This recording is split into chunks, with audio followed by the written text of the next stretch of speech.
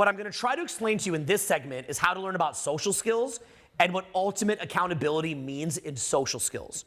Now, I wanna explain to you that there's a background to the kind of ideology that it is that I'm giving you. And what that is that you as an individual has the capacity to use your mind and to use shifts in your behavior and execution in order to get the kind of results that you want. So if you're somebody who wants to smash it socially and you want to have incredible networking abilities, you want to have great friends, you want to have a great significant other, maybe on your way to finding that significant other, you date incredible people. If you want to get to that point, or maybe be somebody who's better in front of a camera or a better ambassador for your brand, you have it within you to actually do that.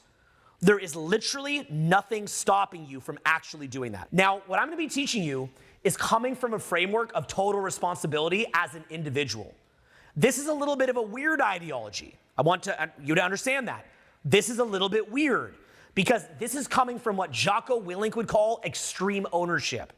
It is you basically taking complete and utter ownership of every single component of your results from top to bottom, okay? What that means is that you're looking at your inner dialogue. Sometimes we call that inner game, okay? It's not the external game, but the inner game. Looking at your self-esteem, looking at how present to the moment you are, looking at your inner beliefs, looking at how happy of a person that you are, looking at the mental position that you're coming from when you meet other people so that you're not a fucking creep, et cetera, okay? So that means looking at yourself internally at a very, very high level.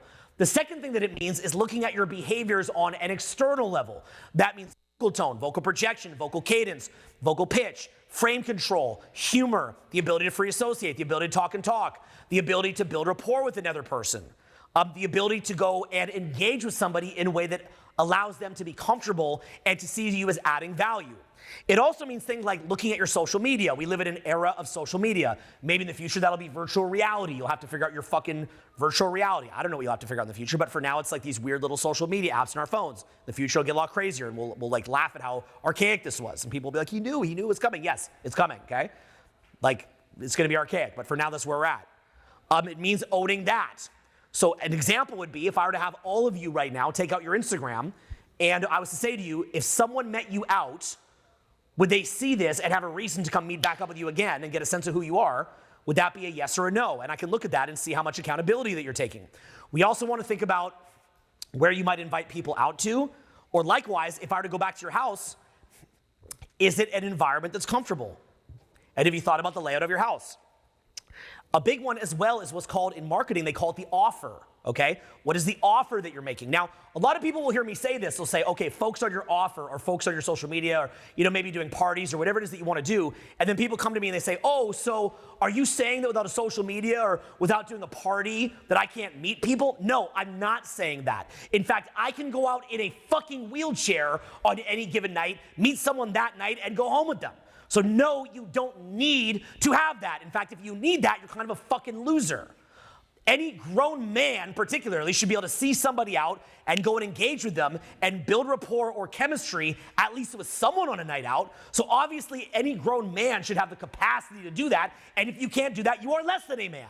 And that's not me being mean. That is true. You are less than a man if you don't know how to do that. So fix it. These are basic skills any man should have. Women should also learn these skills. Just what happen to be more men in this audience. But for the girls here, you should have these skills too, okay? But while that is something that you will learn and know how to do, it doesn't mean that you have to make it harder on yourself than it has to be. We also have modern day tools. So as an example, one of my great hobbies, I do this as a hobby, is can I close a 5K sale while my Uber's coming? That's what I do as a hobby, okay? So if my Uber's coming and I've got about 10 minutes and I'm on Rodeo or I'm at Beverly Center, I look around and I look for indications that someone has some money to spend by looking at them. And then I'm curious, can I sell them on 5 or 10K and get them to Zelle that to me before my Uber comes?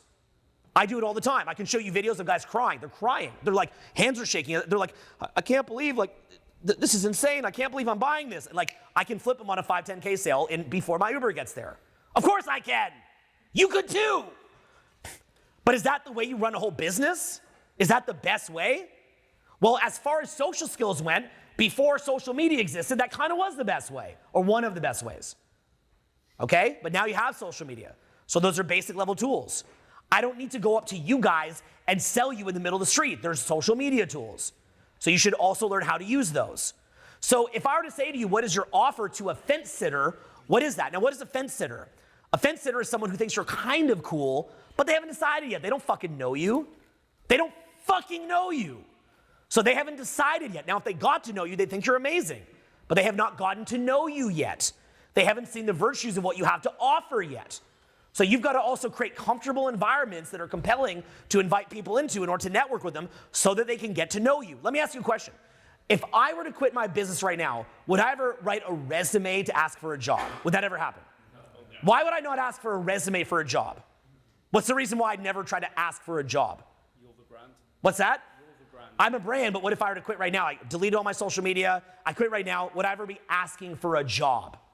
Your mind would start messing with the job where you like ask someone. Sure, but let's think even deeper. Would I go write a resume and ask for a job? How would I, let's say I want a job. Let's say I was like, fuck running a business. I want to have a job. How would I get a job? Speak to one of the entrepreneur friends you have. Yeah, I would go to my network and I'd say, I'm available. I'm available, okay? Let's say that I want a girlfriend, okay? Not just like some quick sex, but I want a real girlfriend. I'm gonna do it right. I'm gonna be a good man, and I'm gonna get a proper girlfriend. Do I need to go approach random women to get a girlfriend? Who would I go to if I want a girlfriend? I'd probably talk to you. I'd say, I'm looking for a real girlfriend. I'm gonna do this right. I'm not gonna cheat. I'm gonna be a good guy. You know, I've got shit going on. Who are your friends? I'd go to my female friends and I'd say, who do you know? I wouldn't be like, I gotta talk to people on the street. I would just go to my network. Okay? I'd go to my network. I don't sit there going, I need a girlfriend, guys. I would go to my network. If I needed a girlfriend, if I needed a job, I would go to my network. So once you have a network, you don't need to randomly get lucky or beg. You have a broad network. The challenge becomes keeping up with everybody, not that you don't have options. The problem is nurturing all of those people that are in your life and doing so in a way that's time efficient because nobody has the time. That's how you want to be thinking about this. So why is it that for me, I could always get a job? I could like snap my fingers. I'd have another 6 to 7 figure job. I mean, 6 figures would be on the low end. I could probably get 7 figures, especially if I had results being proven quickly. Why would I never have to get a girlfriend? It's easy. Well, that's because at the base, what was my thought process at the base? At the base level, I took accountability. I took total accountability for what my life looks like. I'm like, okay, I gotta be accountable. I have to actually analyze what the hell I'm doing. I can't just be in a derp state. I've gotta analyze what the fuck I'm doing. And then I've gotta make a game plan and a blueprint around that. Now, like what I said earlier, what is the basis of my entire mentality towards what it is that I do? What do I think I am in my mind?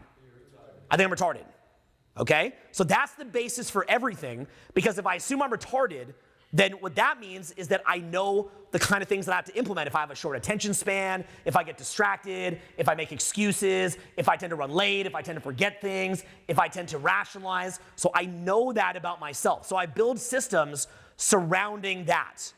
Then what I do, like I said, is I begin to sort out what's going on with myself internally, what's going on with myself in terms of my behavior, what is going on with myself as far as the way that I'm going about meeting people, what kind of things am I inviting them to.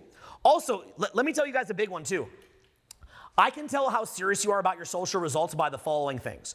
For any man in here, first of all, just being honest, you have a condom in your pocket. For every guy who doesn't have a condom in his pocket, I know that you're not anticipating anyone to be attracted to you.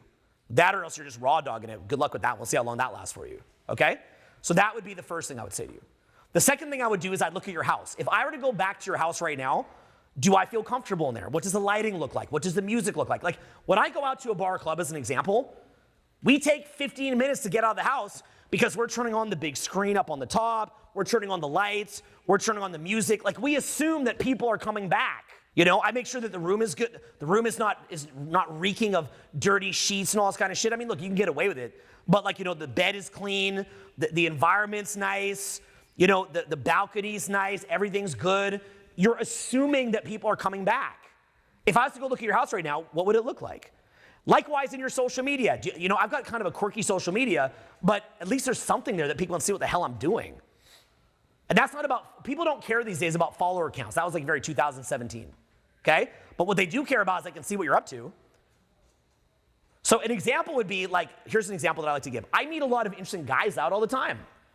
And a lot of them don't have social media.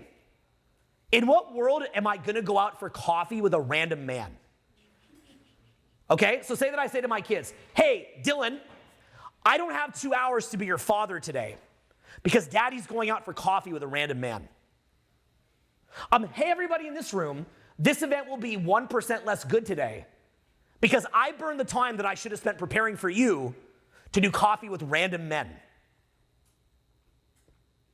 Hey, staff who depend on me for income, you're gonna get paid less this year because your boss likes doing coffee with random men. I've just got this thing, like, just a random man taking me out for coffee.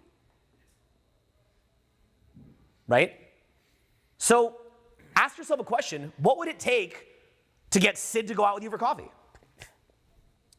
Any of you in here could get Sid to go out to coffee with you. Of course you could. When I go to seminars, I always get the fucking seminar leader to hang out with me. All the time. If I go to a seminar, I'm probably gonna crash at the dude's house. I'm gonna get his whole network. I'm gonna get everything. I mean, when I go to Tony Robbins seminars, I've got all his booklets about his sales processes and how he runs the seminars. You know why? Because all the people in the back walk up to me and they hand it to me. Because they want to befriend me. So how would you befriend Sid? If you could ask yourself a question, okay, if you want to learn how to meet women, the best question that you could ask yourself is how could you get a random man to come back to your room and play a video game with you? Ask yourself that question, and you could have a woman back in your house every day of your life. Not in WeHo, by the way. Yeah.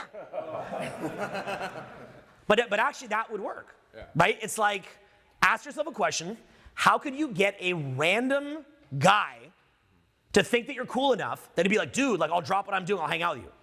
Well, if you can do that with a random guy, you could do it with anybody. The core question is, are you viewing your dating life as a editing process or a chasing process? Am I editing the opportunities that are coming my way, or am I constantly in a cycle of chasing? And that boils down to the accountability that he's talking about, but it also boils down to what kind of funnel are you running? Everybody say a funnel. So you need a funnel and a system that you can run opportunities through, and you need to know how to build this. You yourself are your product quality. So you bring certain good qualities to the table. You read, you meditate, you drink kombucha, whatever the hell. But at the end of the day, is everybody and their dog going to see the value that you bring to the table? No. How are you making the value relatable? Everybody say relatable. Relatable. So to make the value relatable means that the first thing you have to do is be in too much abundance. You have to have too many leads, too many opportunities coming your way. Number two is you have to be hyper accountable to the system that you're trying to build. What are the holes in the system that I'm trying to build? What are the holes in me? Meaning weaknesses in my game, weaknesses in my abilities.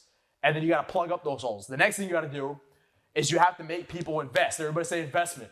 Investment. So investment means that if you have a system to where you have your value, but you're now framing it to becoming more scarce, and people are investing to get the value that you bring to the table, and you have too many opportunities coming your way to where you couldn't just randomly go out and grab coffee. The average person in here, if somebody asked you, could I grab coffee and pick your brain, you'd probably feel a little bit flattered. You wouldn't feel annoyed, but that's the problem. You see that? Why is that a problem? You're not supposed to be that available. Yeah. But it's not even coming from a place of I'm not supposed to be this available, because that's still a technique. It's actually you just have too many options. But the key is we got to get into an upward spiral to where we have too many options. Now the average guy, simple and plain, does not have enough options. So the key is you got to shift from the key shift is downward spiral to upward spiral. That's the thing you got to know, and that starts not just with the system that you're going to build for yourself. And you have to know exactly what system you're going to use. No different than in a business, you have to have a very clear business funnel or a business model that you're going to master. You have to have a very clear model for how you're going to bring people into your life. Most people have not thought through that with proactivity.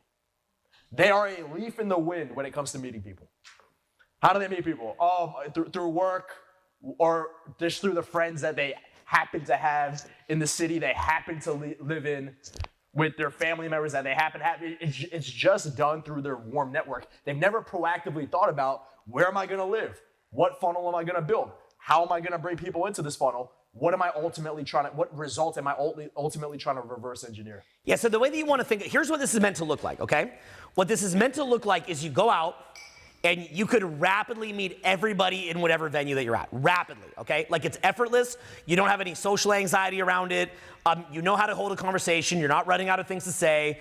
And generally speaking, people think that you're funny. The vast majority, not everybody, but the vast majority of people think that you're funny. The vast majority of people think that you're cool. The vast majority of people want to meet up with you. Out of those people who you meet up with, some of them are going to want to come and party with you that night super bad. Like you're going to have a certain percentage of people that are like, where are you going later? Let's hang out later, and so on and so forth. Okay, you're going to have a percentage. That might be 5%, that might be 20%. On a crazy night, that could be 50%. But usually, let's just say on an average night, call it 5 or 10%. But really, it could be as high. Like I've seen it as high as like I've even seen 80% and stuff like that. I mean, you'll get crazy nights. But generally, let's say that on an average night out, most people like you, but a small percentage are like, let's go right now. Okay. Then from there, you have all these people who you meet that do want to meet up with you again. But that's going to be on a spectrum, right? So there's people who want to meet up with you again very, very, very badly just to see you and only you. So they're like, oh, this person is so cool, I've got to see them again. But there's a lot of other people who are going to meet up with you where, I don't know, haven't you ever met somebody out where you had a dose of them, it was cool, you had fun, but they kind of follow up with you and you're like, hey, couldn't we have just left it at that?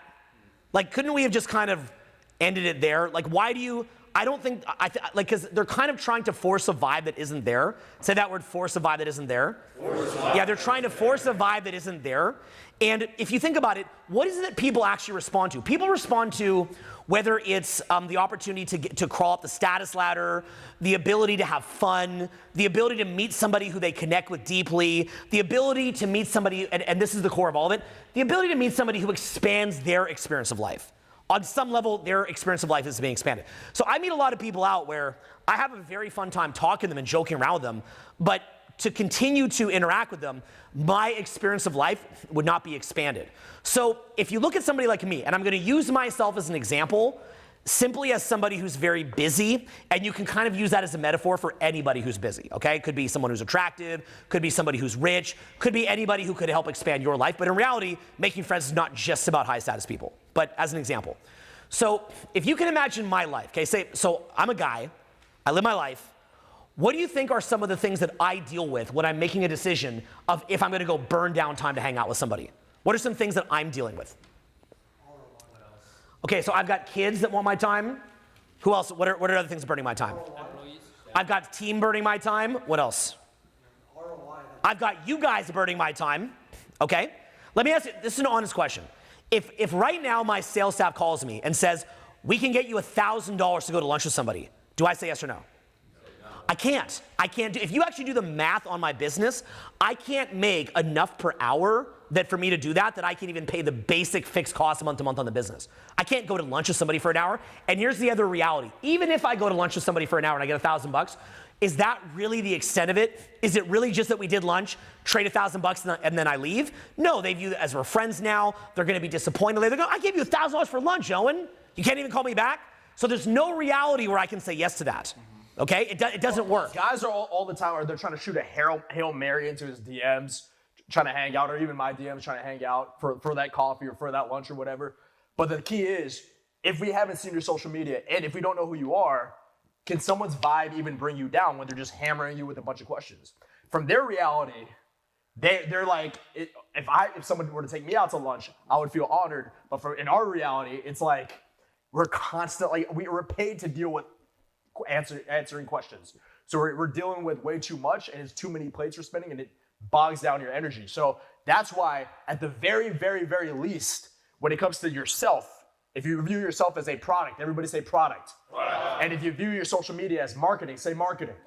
Then you have to at least get those two aspects down correctly, which means your energy, your vibe, the way that you communicate, so people, when they're around you, feel like you're in abundance, feel like you're not trying to take anything, and don't sense this creepy or traumatic kind of weird energy coming off of you. That's number one. And then number two, when it comes to your marketing, no one's saying you have to hit some Dan Bilzerian-esque levels. Just hit the mandatory minimum at the very least to show that you're a cool person and show what you're up to on your social media. Meaning, don't have a half-eaten bowl of Chipotle on your grid. these things are ruining your own halo effect. Yeah, now let me try to show you the way that this will play out for most of you, okay? I believe that for most men, I'm gonna talk men in the room, we have women in the room too. I'm talking men first. For most men, the first thing that you learn how to do is to relate to other women. Now, I said this in a video the other day, and people in the comments questioned me on it. I believe that you can learn to relate to women in 2 or 3 days. It's really 2 or 3 days.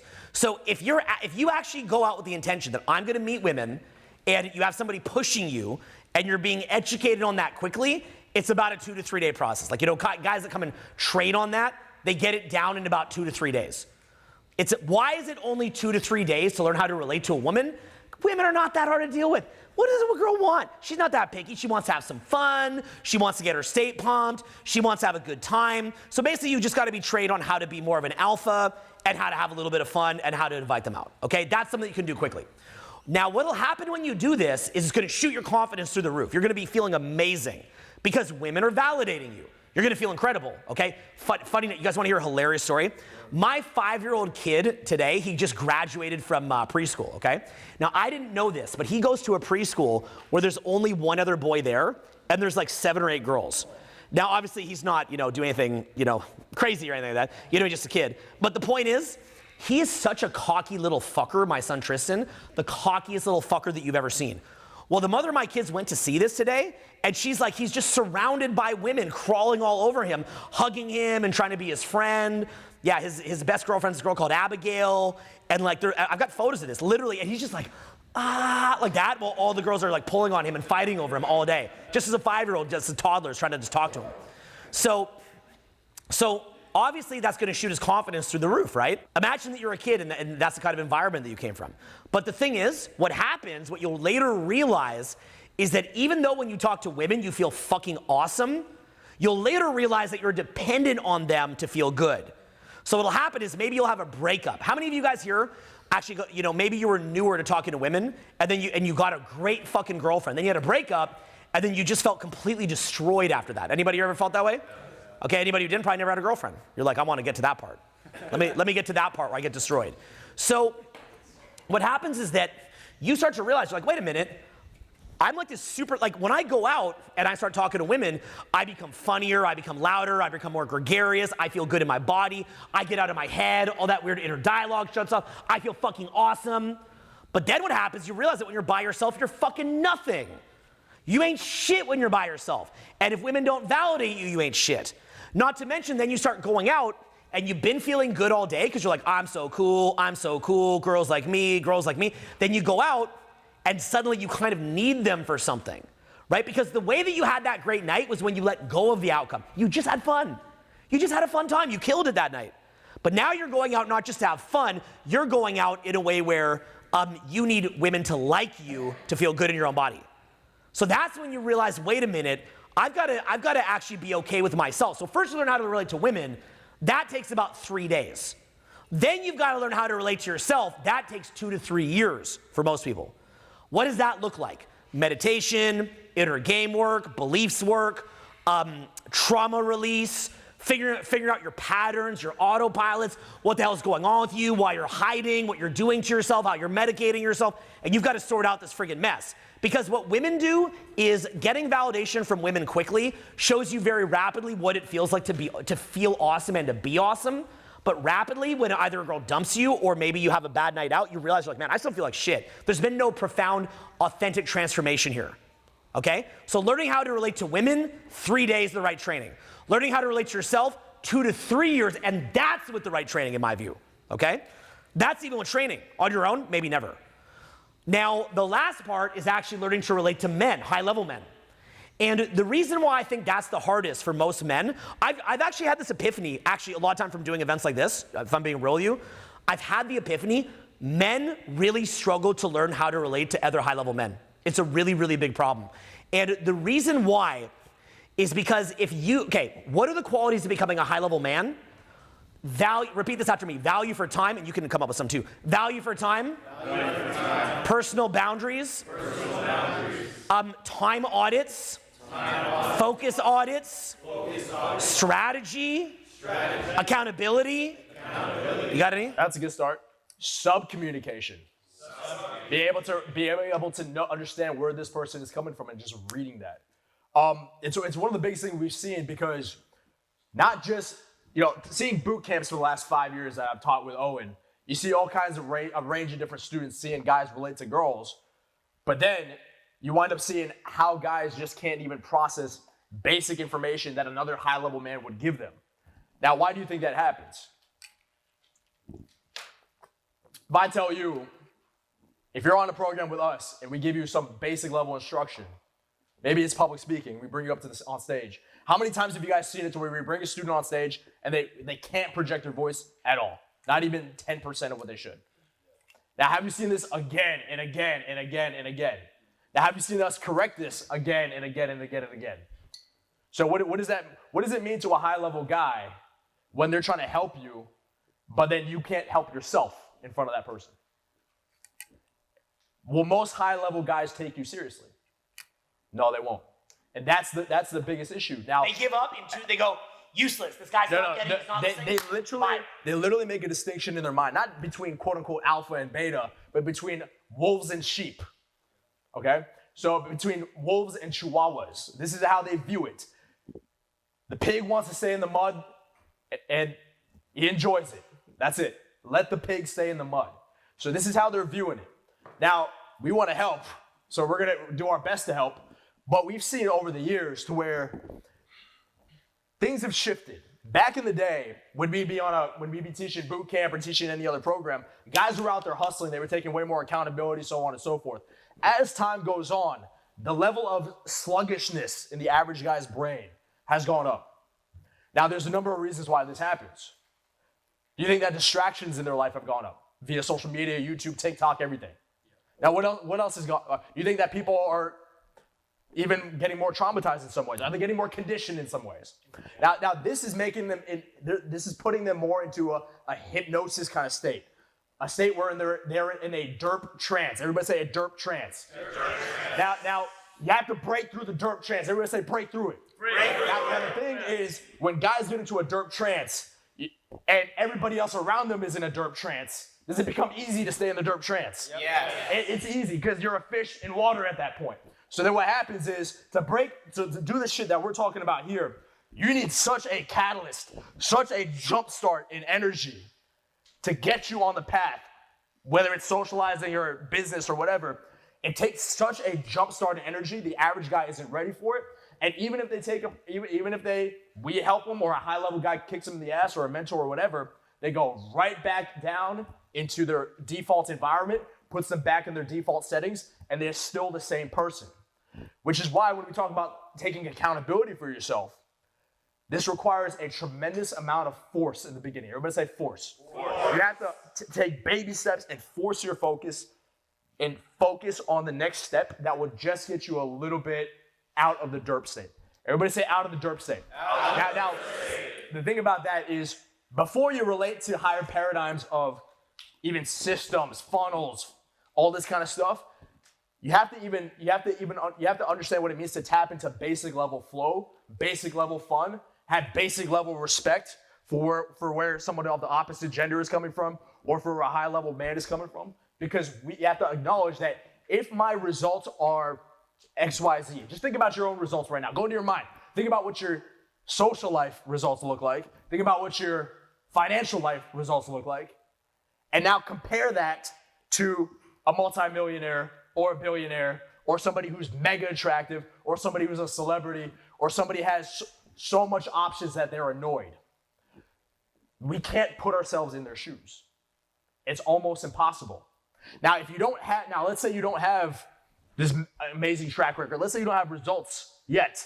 What is the one thing you can offer somebody of the opposite gender or a high-level man? What is the one thing you can offer them? Vibes. Everybody say vibes. Good energy, good fun, vibes, flow state.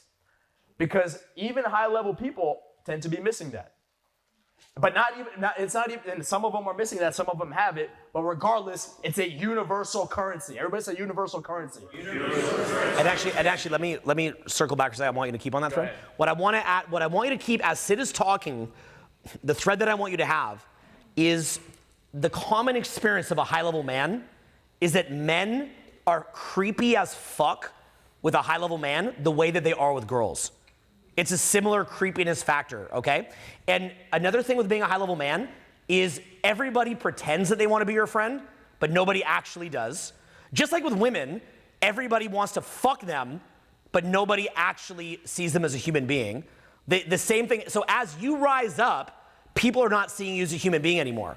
So it winds up, like, you'll see a lot of very high-level men have very, very small peer groups. And it's because it's hard to actually make friends. Like, it genuinely is. High-level men will go to other high-level men, and they like look at each other and they're like, this place is fucking crazy. These people are fucking crazy. Like, You see tremendous amounts of fickleness.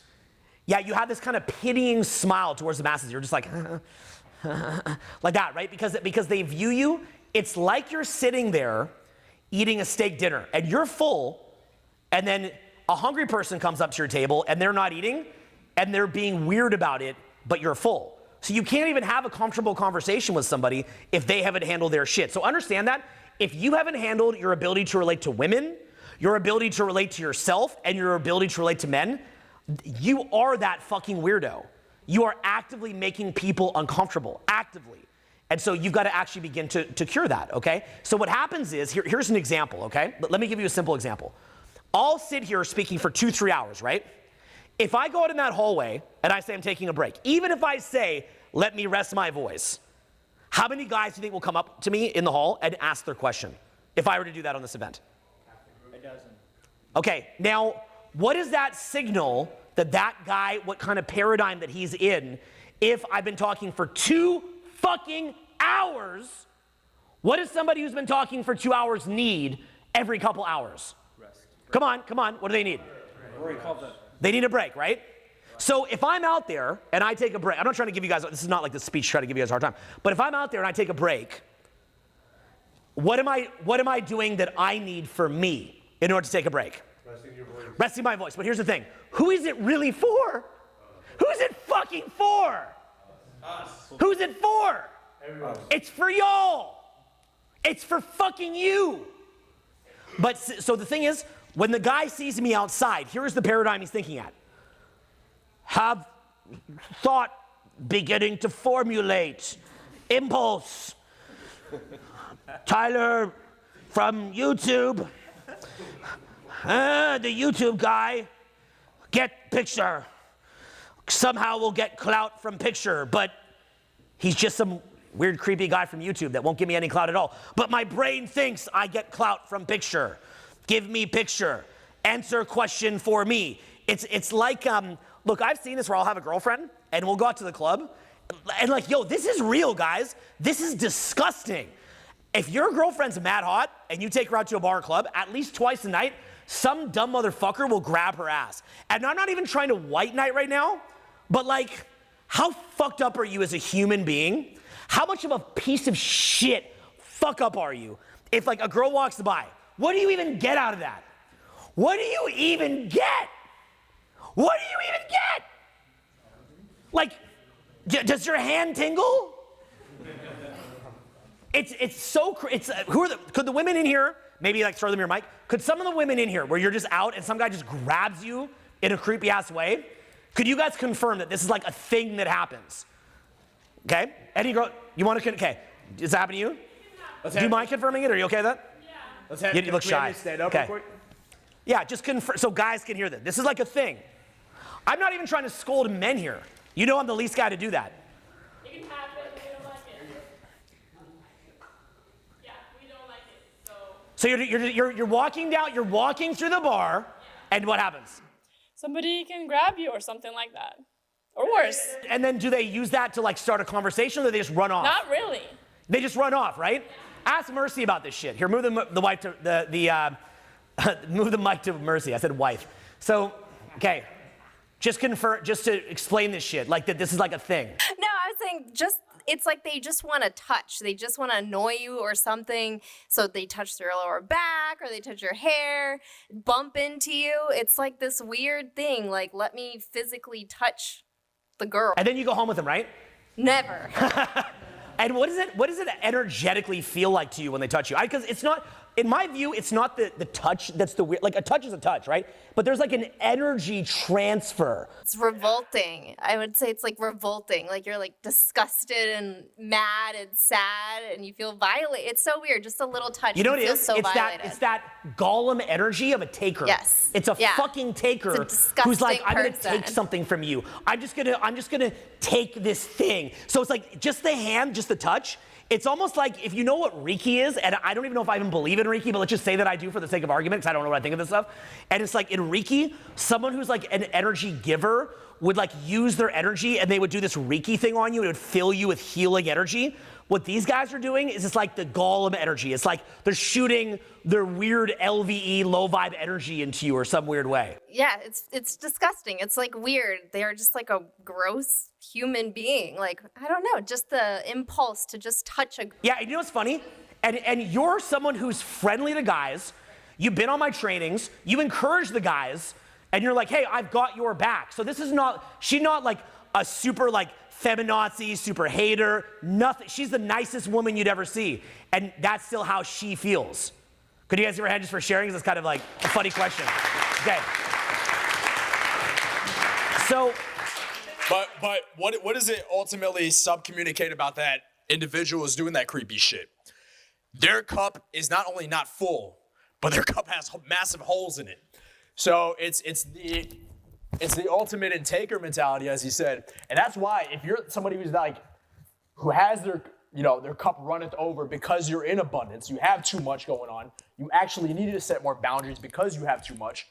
You are like water in the middle of the desert. It is so rare that you're like the Reiki person. Yeah, you're like the Reiki. Yeah, but not only that, it's so rare that people they're dying to connect with you because of how rare it actually is. But let's look at the mentality behind the grab for a second, okay? Here, let's audit the mentality. Don't feel good. Woman ass. Like it's like a retarded caveman on crack. Just like an impulse is there, okay? So that's when someone is so depleted at the most base level. That's where they just have, it's like a homeless person throwing a turd at you or something like that, right? They're just like,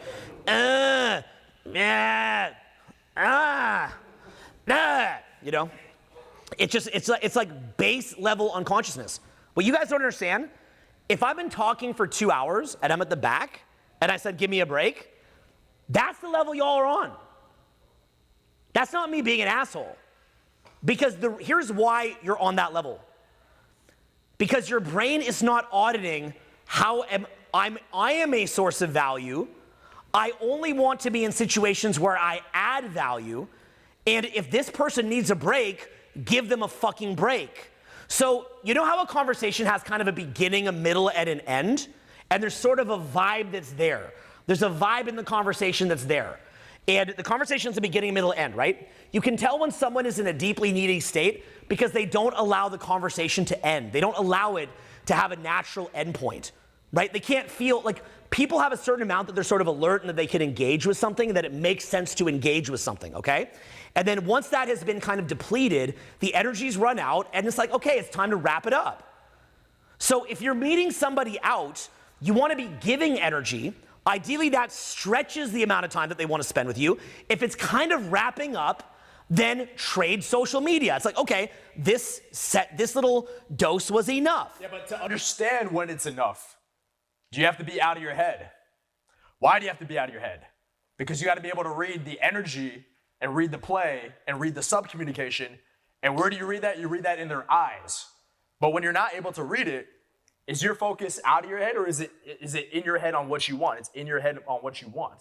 And when you're in that Gollum energy, it's like there's dark clouds on you, and you can only you do these premature call to actions. Everybody say premature CTA. Premature. So you ask too early. You do the grab. Yeah, man, you shouldn't do that creepy grab. But you're grabbing when you shouldn't be grabbing. You're asking things too early. You're making yourself weird because you're trying to temporarily part the clouds so you can get a little dopamine kick out of it. Because the clouds or the trauma or the heaviness or the bad habits that have contributed to that kind of mentality, or the general lack of winner effect, lack of awareness, lack of calibration, that is leading to very poor empathy for where other people are coming from. It's leading to not being able to see where other people are coming from because you're not in the present moment. You're just identified with your own thoughts.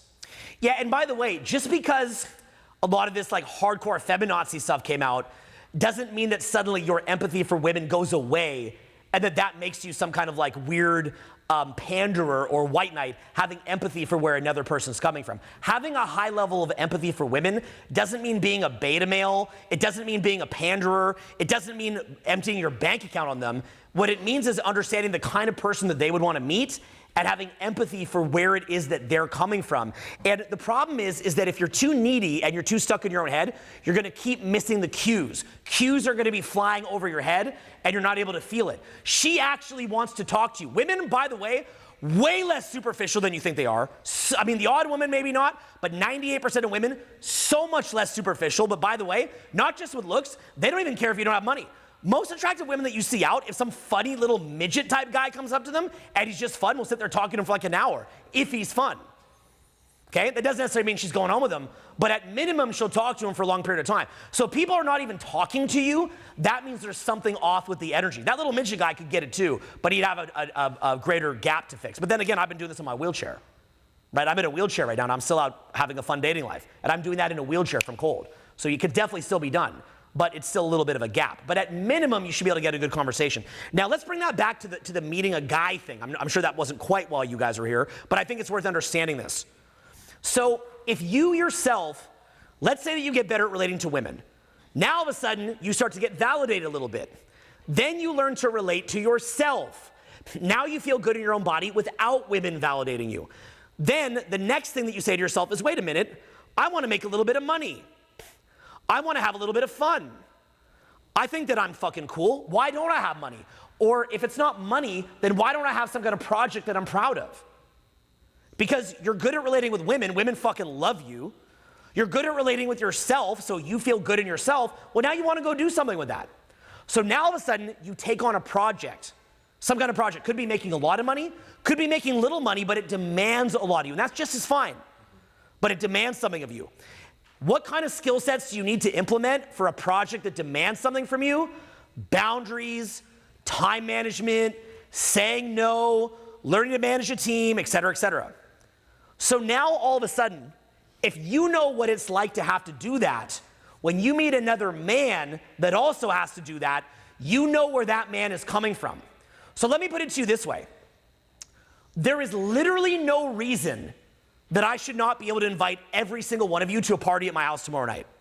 There's not. There's no reason. And you know that I want to. On Sunday, we're going to do the event at my house, by the way, okay? So I'm going to invite you all up to my house on Sunday. But if I'm doing a party Saturday night, there is no reason that I should not be able to invite you up there.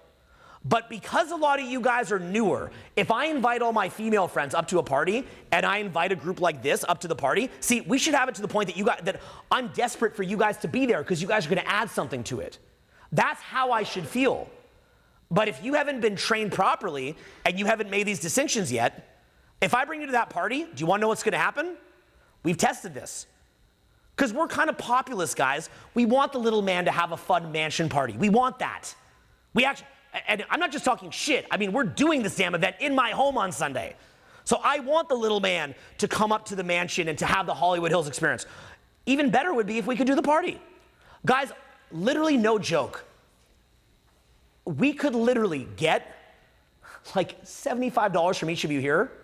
And if there's 100 people here, that'd be $7,500. We could put on a sick fucking party. But I can't trust y'all to do that. Because what's gonna happen is I'm gonna bring all my female friends and they're gonna leave fucking enraged. They're gonna be fucking pissed. And the reason why is because you haven't been through that process yet, you know? So you're gonna go up and you're like, has kind of like a needy energy, and then you don't know how to free associate, and you have anxiety, and you make everything a big fucking deal. Maybe you go to some of the guys and you're kind of pushy and you're trying to get something. It's just too much. And so I've done this. Like, look, you guys know what I'm like. You all fucking know the truth. Yeah, I do sick ass parties, but you know that I invite every loser guy friend that I have. And what happens every fucking time that I invite all my loser guy friends? Every time I invite them to a party. Does it end well? Never. It never ends well. It's like when you run a business and you give a job to your kid, or you give a job to your, who didn't earn it, or you give a job to your fucking nephew, or you try to help your loser ass friend and you give him a good position, or you give a bunch of money to a friend, they fuck it up. They haven't been through the transformation that is necessary in order to process something like that or to add anything to it. So think about how fucked up that is. Like, yo, for like $100 each, we could do the sickest fucking party tomorrow. We could. It'd be awesome. You guys toss down $200 a pop. Oh my God, we do a crazy ass. We'd have a big ass budget. We do the sickest party. But it's that bad that we can't do it because I can't trust that everybody in this room is going to be on point yet. That's fucked up. So I'd literally rather burn 10 grand on a party myself, just pay 10 grand because I'm that afraid that you'd come. What does that tell you? Now that sounds like I'm being arrogant or I'm being a dickhead. Well, okay, at least I'm telling you. How about all the other people that don't invite you? What's going on there? So stop and think about what that means for a minute, and you've got to start auditing yourself. The same, if I'm standing out there and I'm taking a break after talking for 2 hours and there's a stream of guys coming up to me when I said, please let me take a break, what's gonna happen? I'll tell you, hey, don't be creepy at the party. What's gonna happen? The same exact shit's gonna fucking happen. The same thing, right? Because there's a lack of social calibration. There's a lack of social awareness because you're too deeply trapped in your head. So, and there's an energy that's in them. And unfortunately, that downward spiral breeds a further downward spiral because to have social awareness means your dopamine has to be elevated. It means you have to be feeling good. If you're feeling good, your cup runneth over, you're in abundance, you'll naturally care about what other people are experiencing and you'll know where they're coming from. But that guy who's in that downward spiral, will he even get invited to that party? No. Will that further put him into a downward spiral? Yes. He's never even going to get the opportunity or the window to break out of it. And that's why it's almost like the same mentality of the rich get richer and the poor get poorer. The people that are going into abundance get more abundance, and people that are going into scarcity get more scarcity. So it's all about what cycle you're in. Everybody say cycle. So if you're in that downward spiral, the way you're going to shift out of it is you have to begin to take baby steps, and you have to begin to get big picture focused. Everybody say big picture focused. What does that mean to get big picture focused? That means begin auditing who's around you. How have you been using your time? How are you using your energy? Where are you deploying your resources? Are you even in, now the big thing is, do you have even a realistic chance of getting yourself mentally and physically, when I say physically, I mean building the funnel, mentally and building the funnel to get into that upward spiral? Is there a realistic chance of that happening with your circumstances? And I'll tell you this, when you get around high performance people, there's an energy in the room that you can't hide from. When you're around derpers, it's easy to rationalize your existence.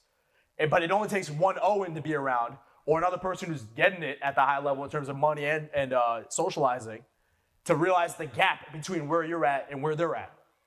The gap mentally, the gap energetically, the gap in their communication skills. The gap becomes obvious. The blind spots you're under become obvious.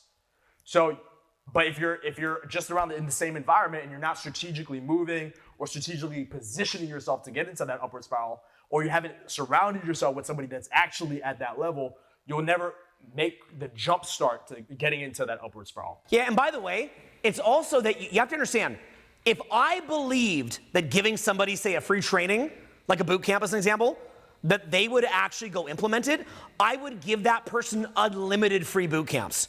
How many times do you think I've tried giving people unlimited free boot camps? Friends of mine, and so on and so forth. How many times do you think I tried that? By the way, they walk off the program.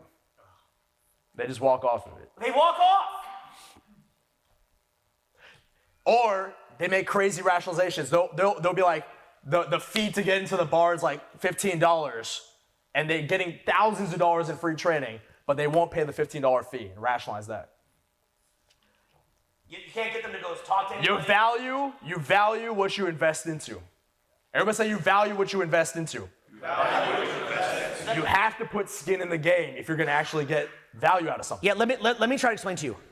If I believed that me giving you every penny that I have, that you would use it and do something productive with it, I would just do that on a loop as a hobby. Oh wait, would you really do that? Are you lying?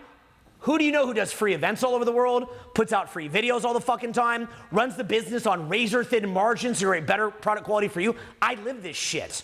I have the proof in the pudding. If I believed for even a millisecond that if I could just give what I built to someone and they would actually sustain it and keep it, I would, as a hobby, just as a hobby, I'd build something, give it to someone, I'd build another thing, give it to someone else, build another thing, give it to someone else, build another thing, give it to somebody else.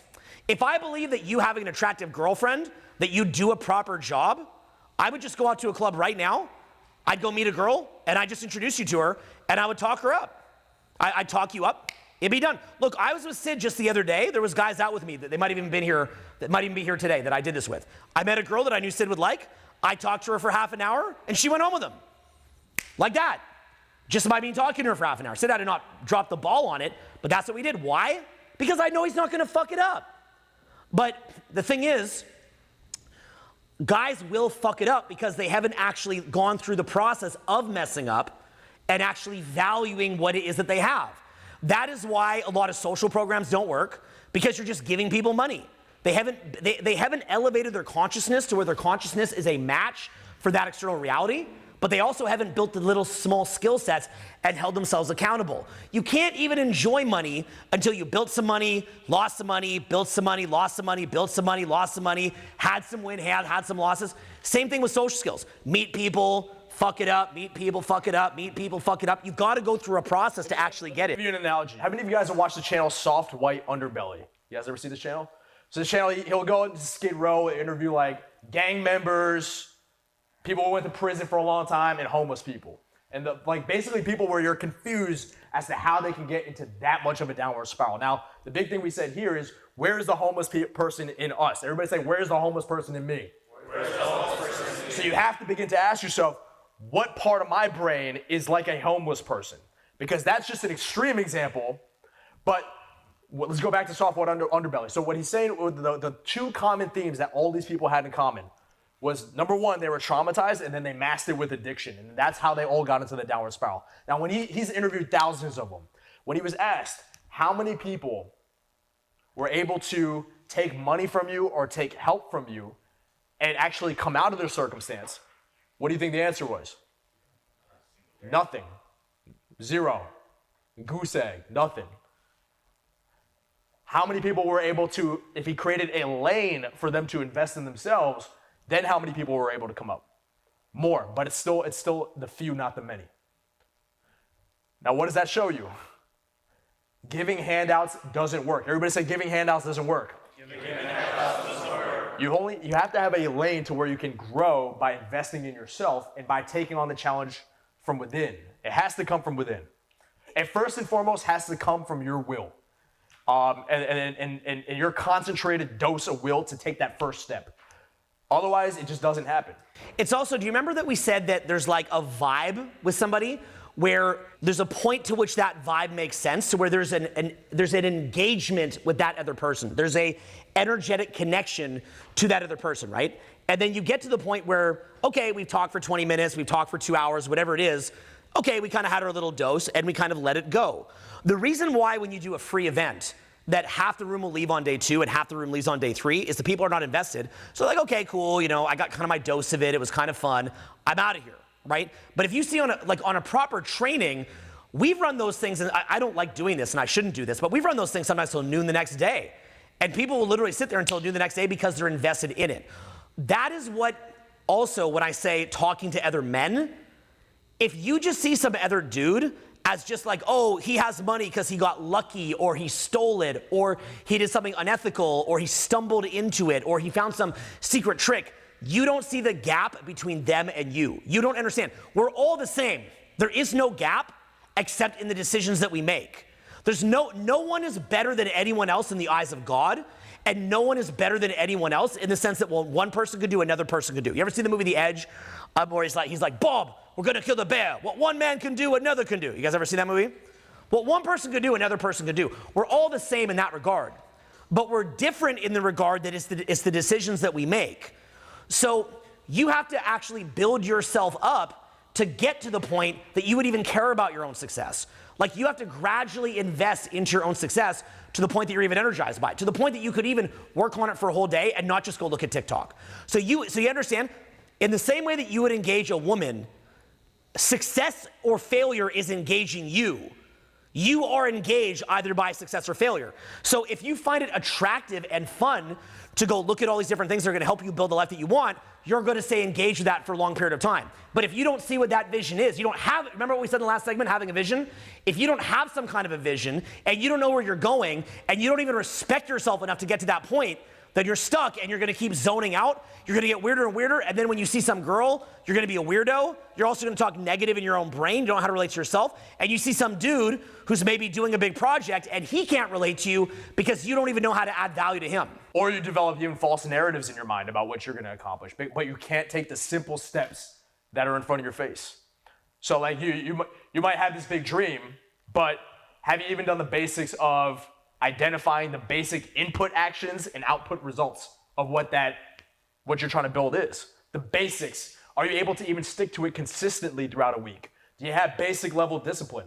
These are the things that ultimately build out that bigger vision. But then there's like a gazillion and one ways we sabotage. Now, I want to go back to the vibe point that he was making earlier. What does he mean by you're talking to a high level person, or you're talking to an attractive person, or someone has quote unquote status over you, and they feel that you are lower status than them? What does that actually mean? That means that there's, as he said, there's an energetic exchange, and in the interaction, there's an energy that is building. Everybody say that it's built. Everybody say it's building. But as it's building, if you have calibration, if you have social acuity, if you have awareness, if you're able to look into their eyes, if you're not dealing with that creepy golem energy or that soft white underbelly energy, you're seeing where the energy is building, and you can time when the natural point is that it would dip. And you leave right before it gets to the peak. Does that make sense? Why do we leave before it gets to the peak? Because we want to leave while the energy was raising, so the person you're talking to feels like this person gets it. Number one, everybody say they get it. They get it. And number two, they feel like it's good vibes. Everybody say good vibes. Good vibes. Rather than feeling like this person, if they went over the peak and they still stayed in the conversation, then the high-level person you're talking to feels like you were lingering in the conversation, and they feel like you don't have social calibration. Those are the two big issues. You're lingering, and because you're lingering, it feels like you don't have social calibration. Now, by the way, as you get better, the energy is going to go longer. So as you get better, the energy goes longer. So it can be good to stay in there when you're first learning and see where that energy drops off, and then, kind of be that weird person who just like stayed in a bit too long. Okay, as long as they're having fun talking, but they kind of dip out. So that gives you a sense of where that is. And then what you can do is you can kind of go back and be like, okay, well, why did that end at that point? And what does that mean, right? And so then what you've got to start doing is saying to yourself, well, what is the person who I'm trying to meet? What do they need to see from me? And then you need to backwards engineer that in order to bridge the gap, okay? So this is a lot of very, very challenging and painful conversations that you have to have with yourself. And these are conversations that are everything from you're not funny, your subcommunication sucks, your frame control sucks, you have nowhere fun to go, your social media sucks, you have nothing good to invite them to. Basically what you have is some ephemeral desire that you want something. Bravo, you want something. I want something. That's what I want. Just because you are now in a position that you want something does not mean that that other person is obliged to give it to you, okay? You've got to do an audit of where they're coming from. Now, by the way, I'm going to give you a piece of gold here. And every time I say this, I always say it's a piece of gold. But I truly feel like,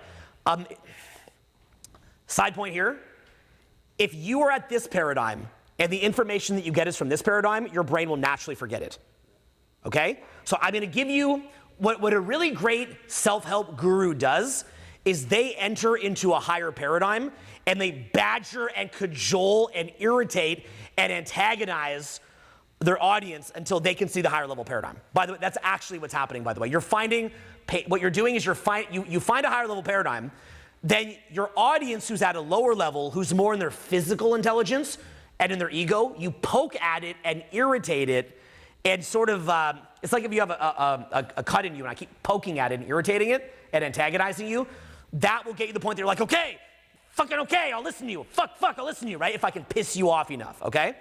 So I've been trying to, in these conversations, we're aiming to antagonize you and to stimulate your pain points, okay? Because we're trying to get you to see a higher paradigm. And if we just give you the higher paradigm, you're not gonna see it. Here's what's going on from a higher paradigm. When you yourself are in a derp state, okay, here's how it goes. Trauma, derp state, lack of bandwidth, lack of calibration. Got it? What's the bottom one? Trauma. Next one. Derp. Next one. Next one. What's the bottom one? Louder. Trauma. Bullshit. You fucking suck. Bottom one. Trauma. Next one. Derp. Next one. Lack of bandwidth. Next one. Lack of calibration. Yeah, and then where's that cap on? What's the end result of that? Weird. Say that. Yeah. Weird. Yeah. Louder. Weird meaning identity. And after trauma, I'd even add addiction, because you're usually masking your traumas with something that's reinforcing that identity.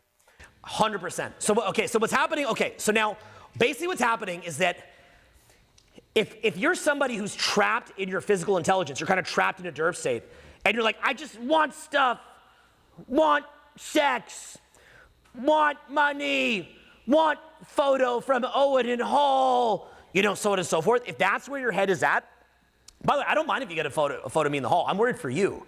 I'll take the fucking photo. I'm scared for you. I don't fucking care. Come say hi to me in the hall. I don't care. I'm worried for you as a grown man that watched another grown man scream his lungs out for 2 hours, went to take a 3-minute break, and then you're like, can I get a photo? Can I talk to you? And I'm like, I'm scared for you. I'll survive. I do crazy hikes and shit. I can survive a question. Okay? I'm fucking nuts. I'd survive anything. I'm worried for you. I know what you're thinking. You're like, is this just his long 2-hour way of telling me not to take a photo in the hall? Okay? I know you're thinking that. So, no, I'm worried for what that's revealing about you. So what's happening is it's like trauma, and then in order to have a basic level thought would be, a man was screaming, I'm not using speakers here, a man was screaming for 2, 3, or 4 straight hours. This man has requested 2 minutes to calm his voice down to continue to scream for several more hours. Maybe that man needs to shut the fuck up. Maybe he needs to take a piss or shit. Okay? So what happens is that you're in trauma. You see me out there, and because you're in a derp state, you're like, need photo. That's the extent to which you're able to think. So rather, fix the trauma. Now you fix the derp state. Now you have more mental bandwidth. Now as you walk by, you have this added filter. And what is that added filter? What is this person experiencing? And by the way, a real high-level man is not trying to force anybody on anything. So a simple example will be I had the chance to meet Nelson Mandela. I met F.W. de Klerk. I met Ahmed Kathrada. F.W. de Klerk was the president at the time Nelson Mandela was freed. Ahmed Kathrada was in prison with Nelson Mandela. And I knew that Nelson Mandela was meeting with investors from America to try to get people to invest in South Africa. I knew that that investment was a lot. I probably wasn't going to give Nelson Mandela $100,000 to put in his country or $1 million to put in his country. I probably just wasn't. So I didn't waste his motherfucking time. But you want to know what most people would do in a situation like that? They'd pretend like they want to invest, get the photo, and they leave. Why would I not want to go get a photo with, even though I would kill to have a photo with Nelson Mandela, but not at that expense? How would it hurt me if I got that photo? You'd be a taker. You'd be a taker. I'd be a taker. It's selfish. We all know that the reason he's asking people to come take photos with him is to get investments. We know that. It's like if a girl knows that you're taking her on a date because you like her, but she just wants the free food. What does that make her? A piece of shit. Right? So you see it on the other side of it, but you're not seeing it on your side of it. So your side of it is, don't waste people's motherfucking time. Look, if you're someone who's confident with yourself, your mindset should be, I'm putting it out there for people. It's an offering. I'm offering to hang out again. I'm offering to have further engagement. I'm offering to have further communication. But for your own sake, you have to understand, if you're trying to force it, that's gonna make you into a creep. And when you become a creep at a core identity level, what does that do to your vibe? You can't hide it. Yeah. Because it's become unconscious in you. And when it's unconscious in you, what does this mean with the Nelson Mandela example? The average person would have a lot of halo effect. And now halo effect is great because, I'm about to buy a new car. I want to have some halo effect for it. I like it when I can see through the halo effect though and still appreciate it for what it is.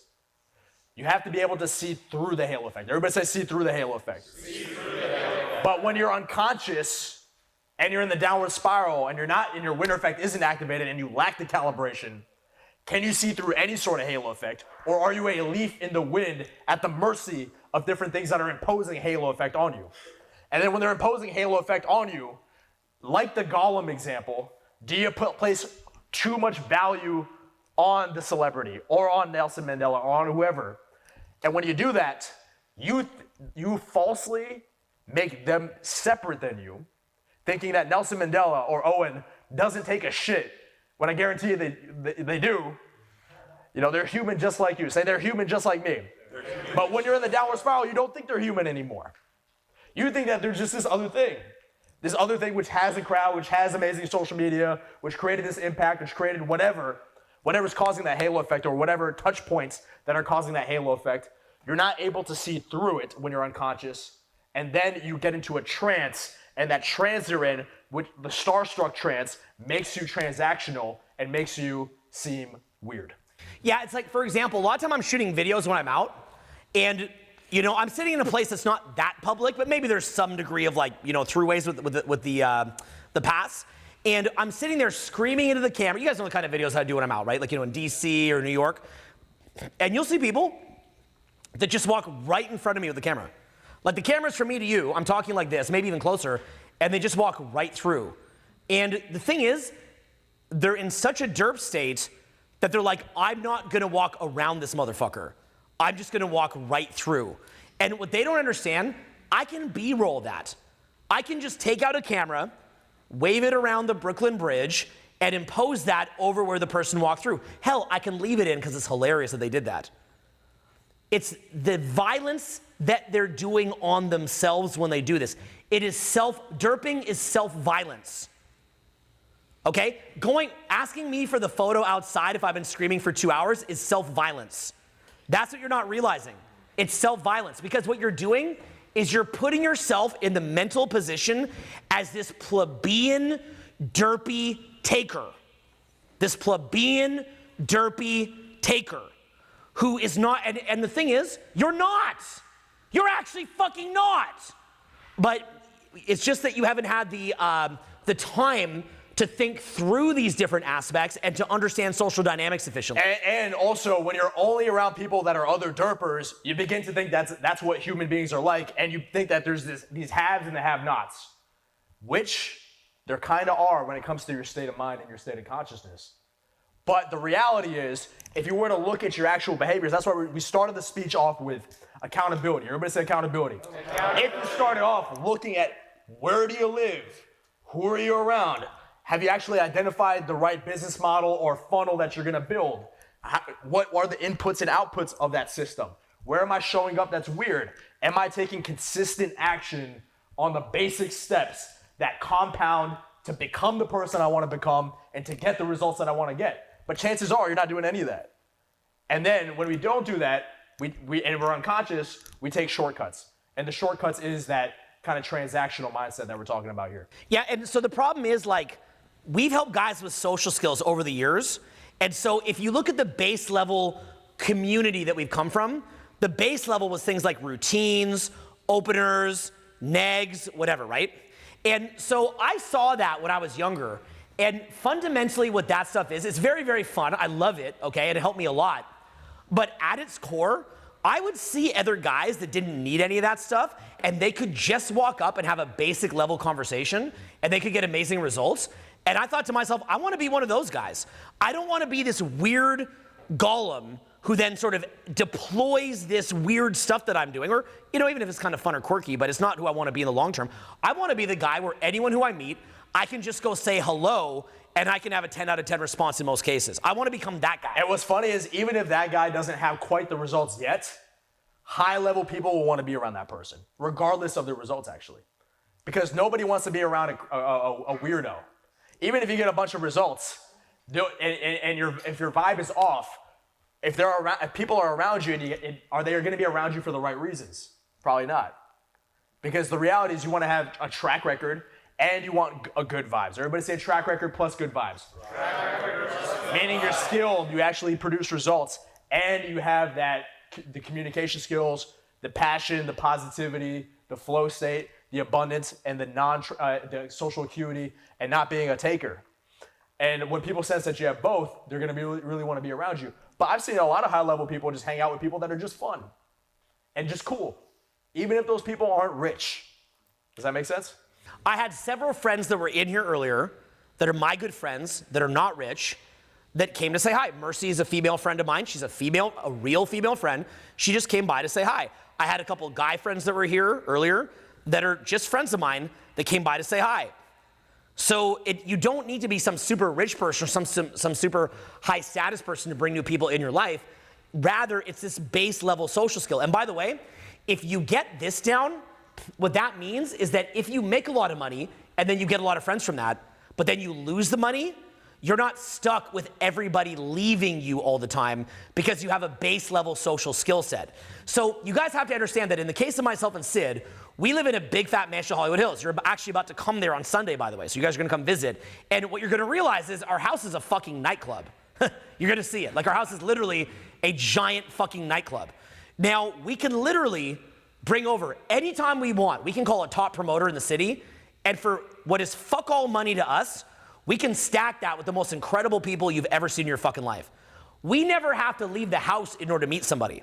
So why do we still go out regularly? Why do I, by the way, go out, like literally as of recording this, okay, and just for future reference in case, someone's watching this out of time sequence, I'm on a broken leg right now. So you guys all know this because you saw earlier.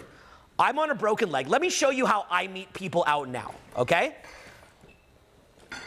This is how I meet people out. Now, by the way, this is almost fixed, so I'm a little bit better now. I'm like this. I walk up to somebody.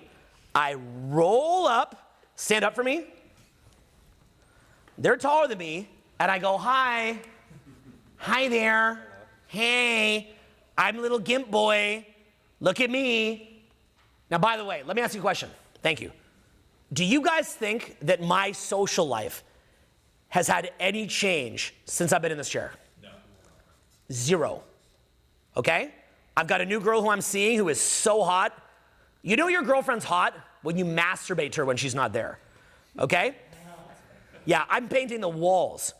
Okay? When you're painting the damn wall because you like the main girl that you're seeing that much, you know you're winning. Okay? So from that standpoint, I'm dating people, I'm having fun, and that's all with me in the fucking chair. So it's made no difference in my life whatsoever. What if I was reliant just on my looks in order for social life? What would happen if I got in the chair? Okay, now I'm a self-made millionaire. Do you guys ever think in the course of my business I've been broke? Now, I run a counterculture business. Could I go broke again? 1,000% I could go broke again. Anybody who runs a business that's counterculture can wind up in deep financial straits because they'll come and they'll fuck you in the ass.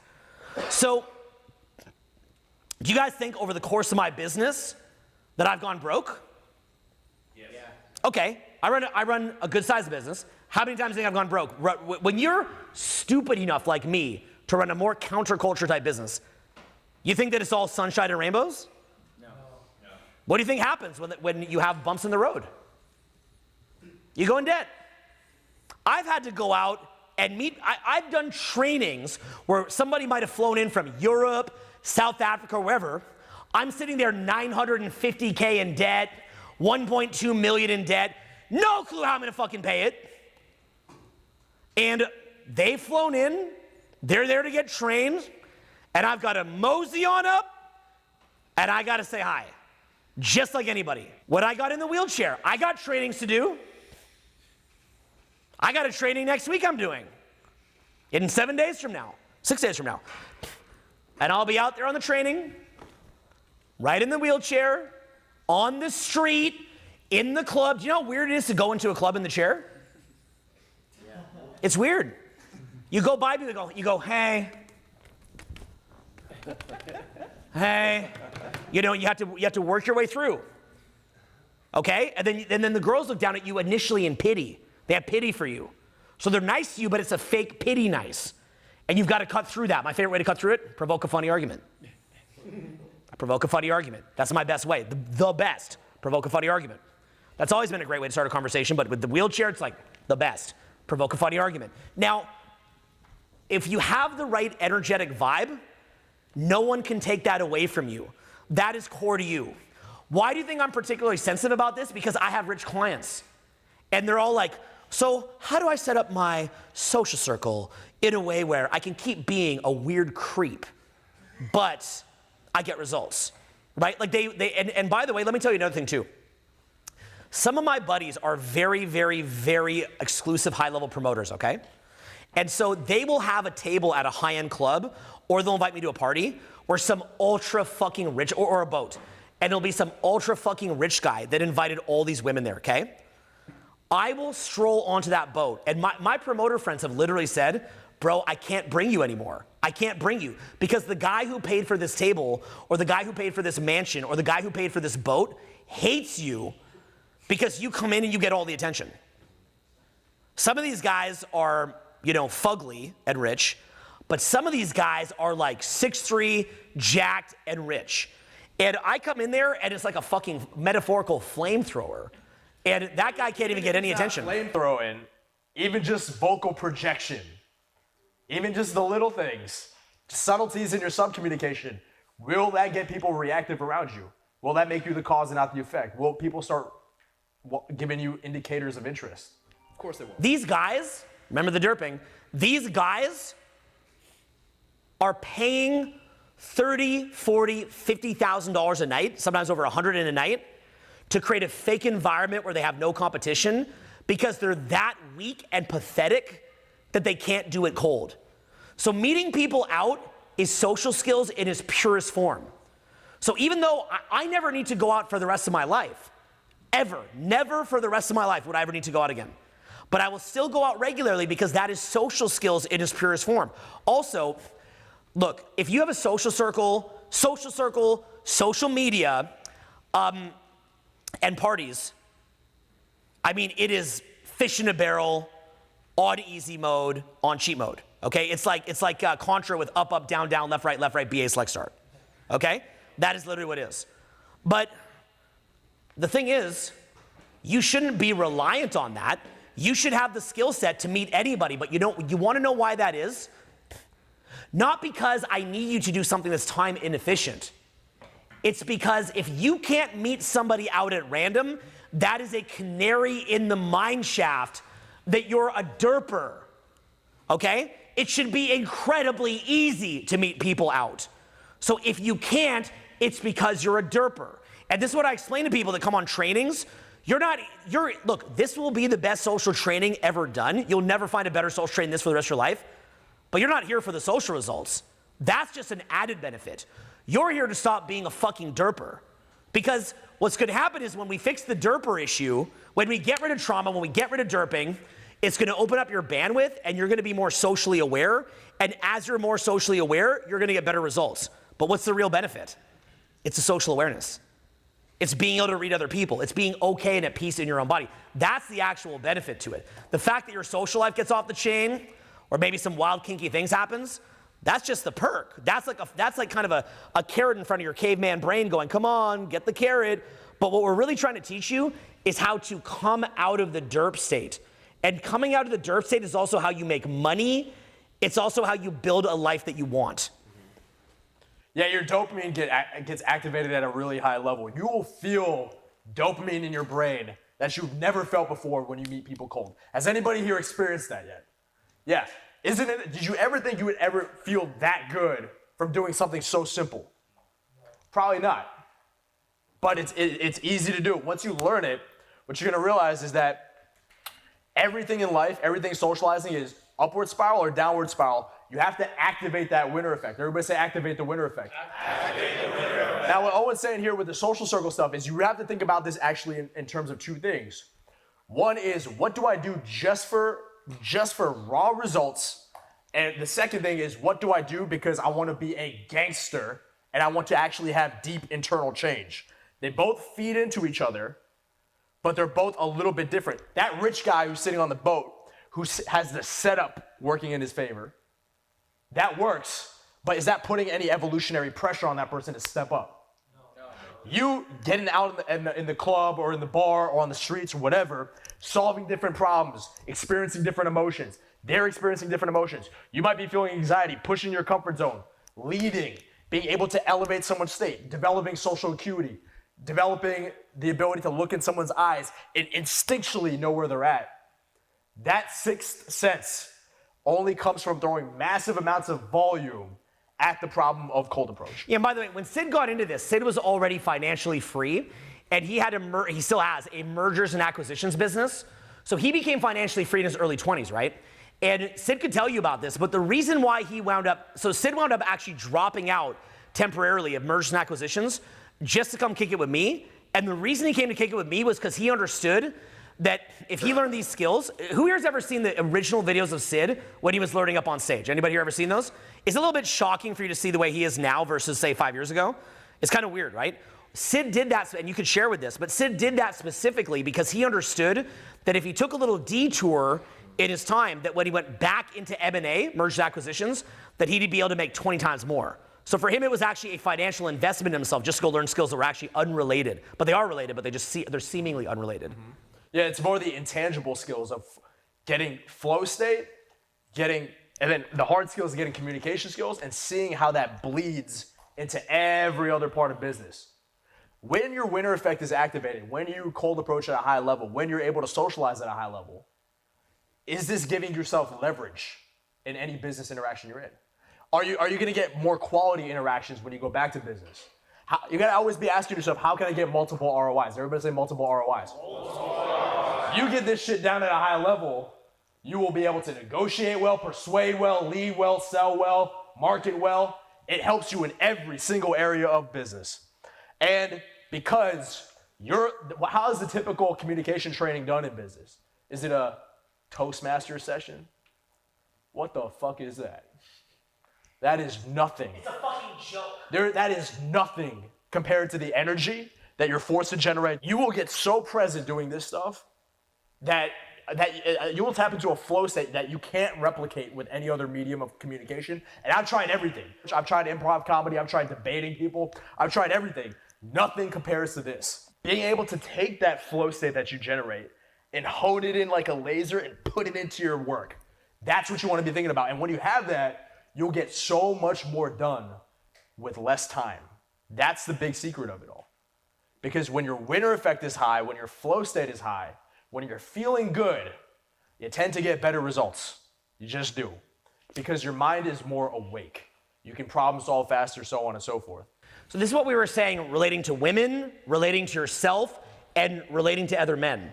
So there's sort of a continuum, right? So what I said to you guys earlier, I'm saying this to you to try to give you feedback.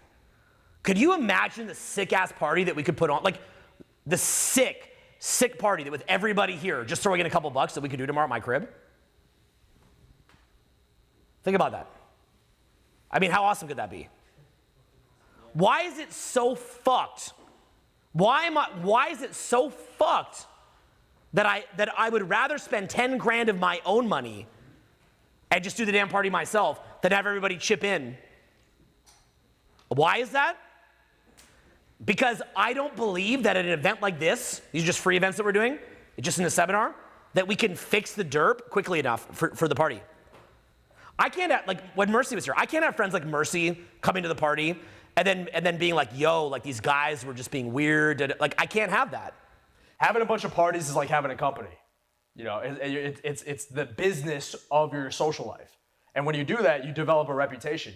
You develop company culture. You develop a party culture. Yeah, whatever girls that we invite up are going to tell other girls how the party was.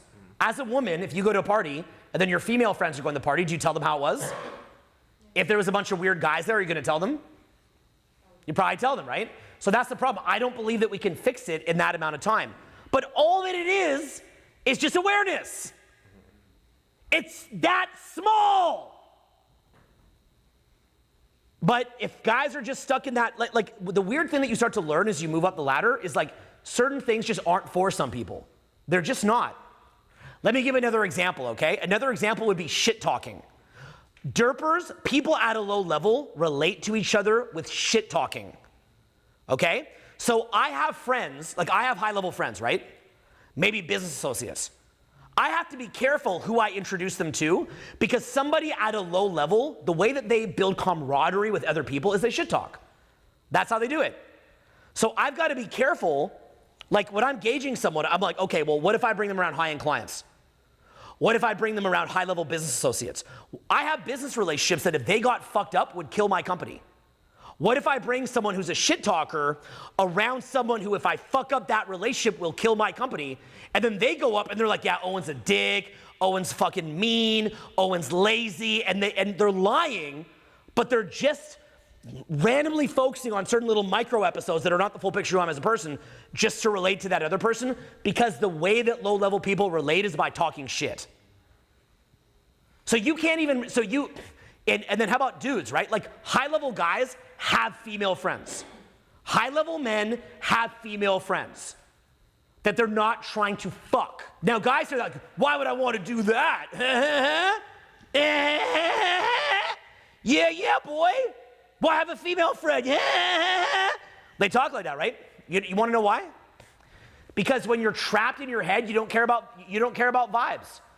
No one has anything to offer you other than to fill up the leaking bucket. So a female friend who you actually valued her company would have no value to you whatsoever. You wouldn't have any genuine female friendships. You also couldn't be genuinely friends with somebody who's operating at a high level in business. You don't have friendship to offer them because all that you're thinking is how you could take. So these are leaks that you have to fix actively. And you have to understand, high-level people want to invite you to shit. Attractive women want to hook up with you. Cool friends want to go on trips with you. It's you who's rejecting them. You're rejecting them. You think they're rejected. You have never been rejected by an attractive woman in your life. You have 100% self-rejected all of them. It's you self-rejecting. Because they're going in that interaction in most cases, because they're kind of validated, because that's how society works. It's kind of bullshit, but it is what it is. They're going that interaction relatively validated, so they're kind of like out of their head more, but you're going in there in your head. And then they're like, well, how come he can't just be out of his head and just talk to me normal? But you're refusing to do that. But then ironically, and this is where the heaven or hell concept comes in, we can live in a living heaven or we can live in a living hell. And by being in that scarcity and not self-generating your own positive emotions, you wind up creating your own living hell. And so now, can't make money, can't have social success, involuntarily celibate, not getting the results that you want, and you could literally break out of that in a day. You could break out of that in a day. But it takes a real commitment to want to do that. And then from there, once you'd have that calibration, here's what would happen. You would then begin to audit what other people want, and you wouldn't try to force them. How do I force them? You wouldn't be like that. You would try to think of offerings that they might want, that maybe could be a good fit for them. And you would do it because you have the added bandwidth to get out of your own head and to be able to think about what they want for a minute. And most of what this stuff is just thinking about what other people want. But not the bullshit that, get them drinks and buy them stuff and free flights. Not doing it from a transactional place either. Doing it because you actually want to do it. What would it mean to craft an offer because you want to craft the offer for that person? Not just, let me craft an offer so I can get what I want from that person. Not this ulterior motive sitting on the back burner, the dark recesses of your mind, having some kind of transactionalness still lingering there. People know when you're just transactional. They know. It's like business. If you put a real quality offer out there because you really want to craft that offer at a high level, you really want it to produce results for a client, well, it's going to be that much better. Who is approach anxiety fundamentally about? It's the ultimate in selfishness. Who is not being funny about?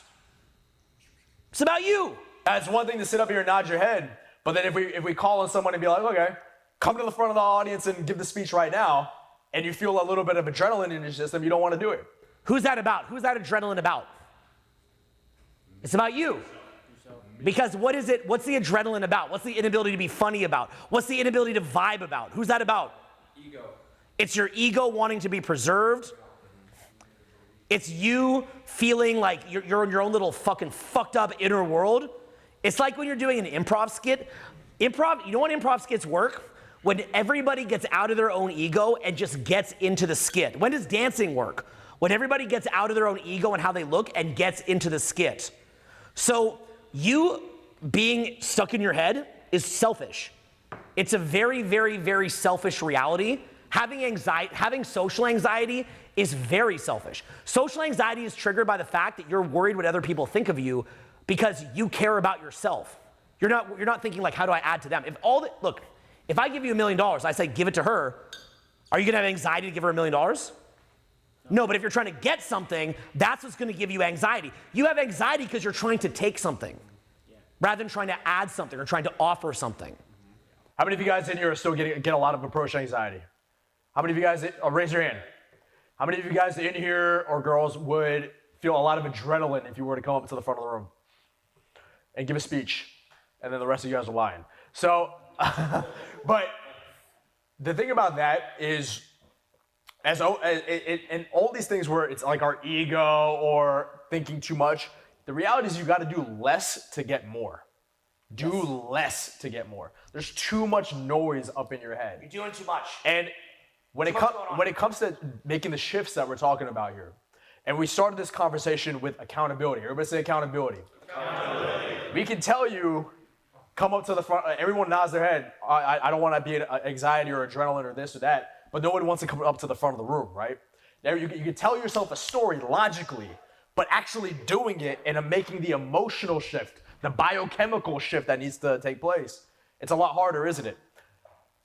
That being said, you'll almost never get there on your own. Almost never. Because there are too many blind spots, there's too many bad habits, there's too much trauma. You'll almost never do it. What you have to do is find somebody who is where you want to be. Everybody say where you want to be.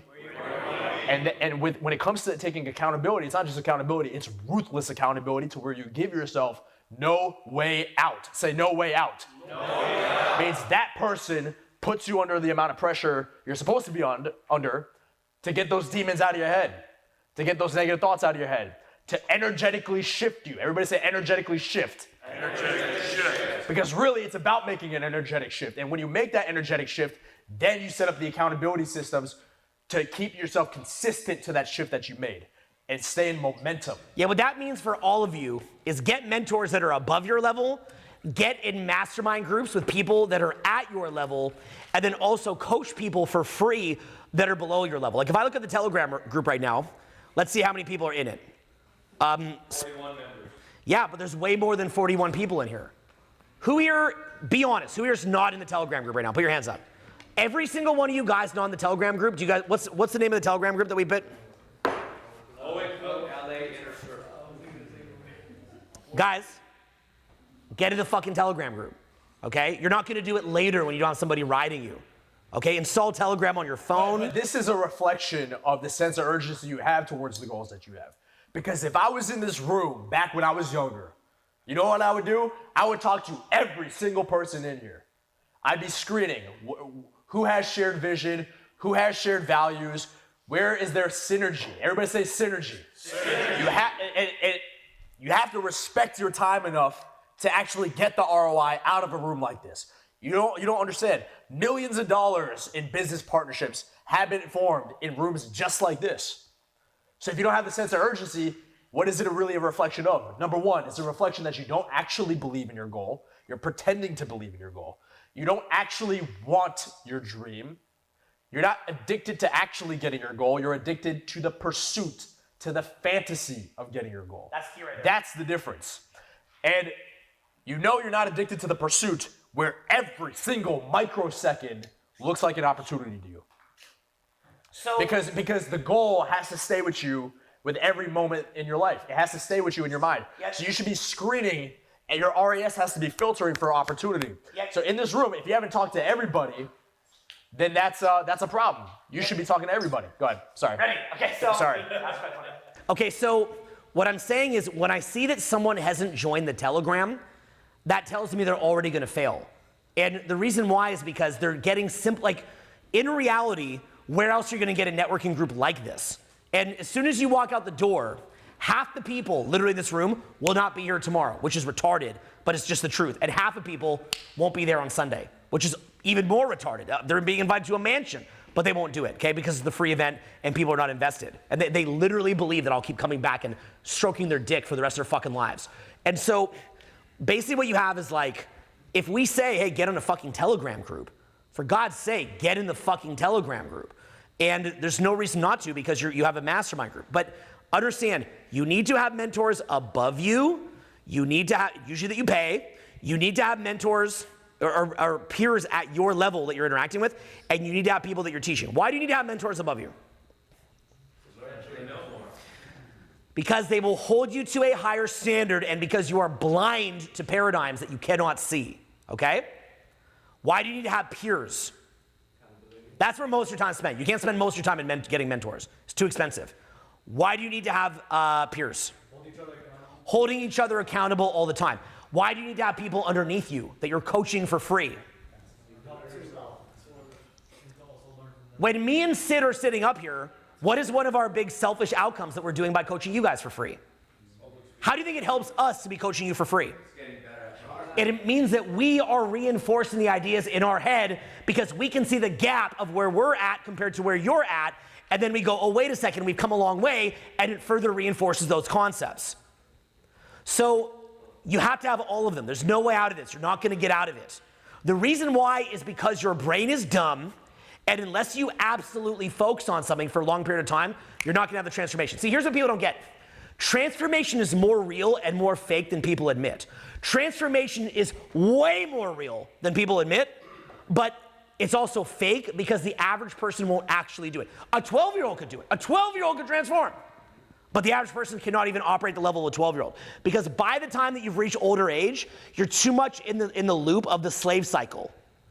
You're too much in the loop of go to work sucks, commute home, tired. You're not gonna pick up new hobbies.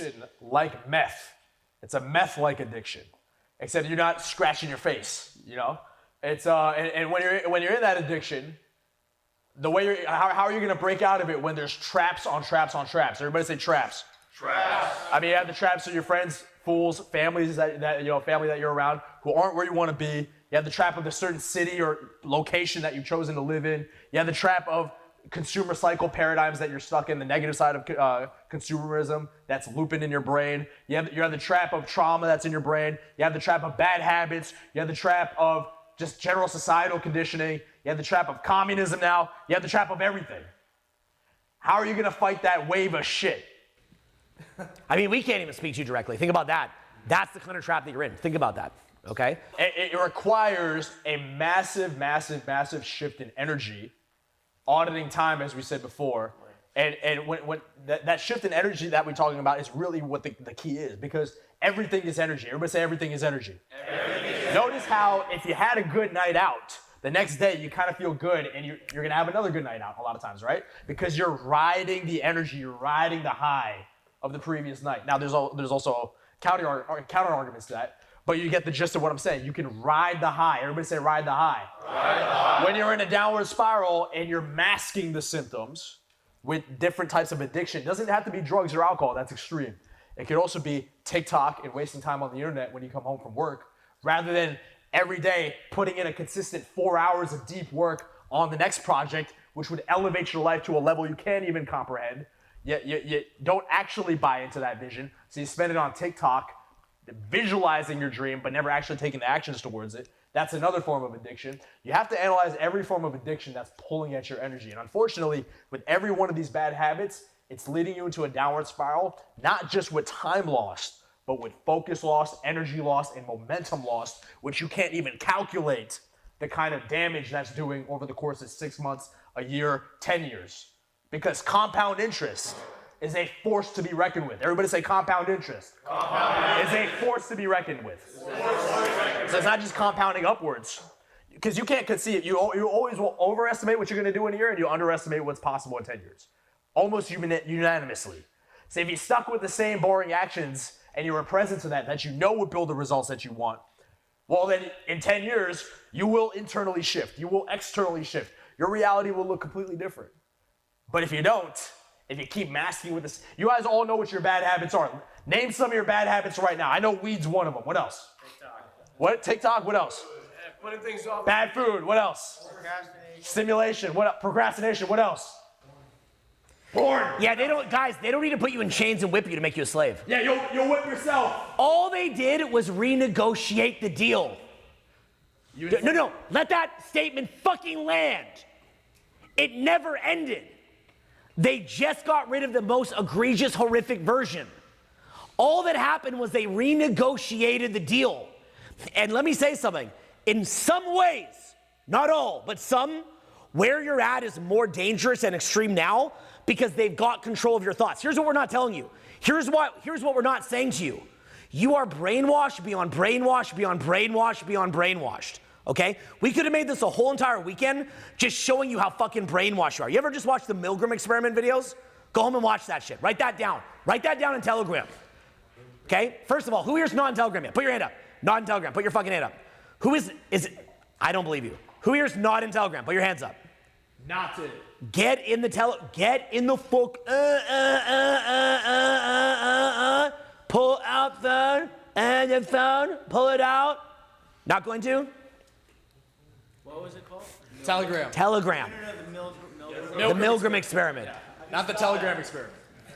When I talk about shit like saying, like trying to get a photo in the hall of the Telegram group, I don't give a fuck about the photo in the hall or Telegram group. I'm just trying to show you tells that we're seeing from our end that is fucking you. That's all that we're really showing you, okay? I'm just trying to give you simple, basic level examples. But I'm telling you, you know, if we were to break this down at its core level, you're fucking brainwashed out of your mind. How many of you even feel in control of your own damn thoughts? You're not even in control of your own fucking thoughts. You're not even in control of your own brain. How many here feel like you can sit down and get to task and do what you need to do? So you think that you've freed yourself from slavery? Do you think that that's naturally how you are? You think the world naturally looks like the piece of shit that the modern society looks like? All the poverty? You think that that's normal? That was done to you. Do you understand? That was done to you. So if you're not committed to spending your life to learn how to unwire that, then I'm speechless. I don't even know what to tell you. That was done to you. We have a very deep understanding of how that was done, okay? Whether that's from me hanging out with people from the US State Department, people inside government, people inside Secret Service that are friends of mine, from that level, but also, in truth, even if I never would have met them, while I wouldn't know who the players are, I'd still clearly see what's happening. If you cannot concentrate, or if you cannot control your thoughts, or if you cannot get present, you are enslaved, you are fucking brainwashed. Okay? So, like, if a man cannot see someone who they're attracted to, walk up and engage in a conversation confidently, it is because you are a slave to parts of your mind. They don't need to put you in chains anymore. Do you understand that? They've got way better ways now. So, learning a lot of these skills is less to even do with just getting the result, although that's amazing, and actually unenslaving yourself. Yeah, and when you unenslave yourself, are you going to resonate with that job that you even hate? Of course not. And when we talk about slavery, you think that how many people actually have a job that they love? Okay, that's not usually the case. Okay, yeah, but still, I mean that's still more than we expect, and that's saying something. And what do I mean by that? If most people have a job that they hate, and then they come home and then they flood themselves with addiction to mask the pain. And then on top of that, they're around other people who are exactly in the same circumstance that they are in, and they get 2 weeks off a year. I can't even comprehend that. And he's talking about, like, you know, he has some perspectives on this because he knows people that are in the, you know, the higher ups. For me, I have perspective on this because I was just lucky to be financially free at a very early age. I never had to get a job. And then I saw the path that my different friends took and how slowly but surely, even in their 20s, it has chipped away at their energy, at their focus, and at their dreams. And by the way, if you guys think I'm exaggerating this, Sid, will you confirm that I had someone from the US State Department staying at our house for several months? True. Okay? So you guys have to understand how fucked you are, okay? You are more fucked than you can ever imagine, but you have the tools to break out of it. You also have the tools to break out of it. The problem is, though, why you're fucked is you ultimately don't care. Most of you guys would sell out your dreams for a fucking trinket. Forget selling out your dreams for a Lamborghini, a mansion, and a Rolex.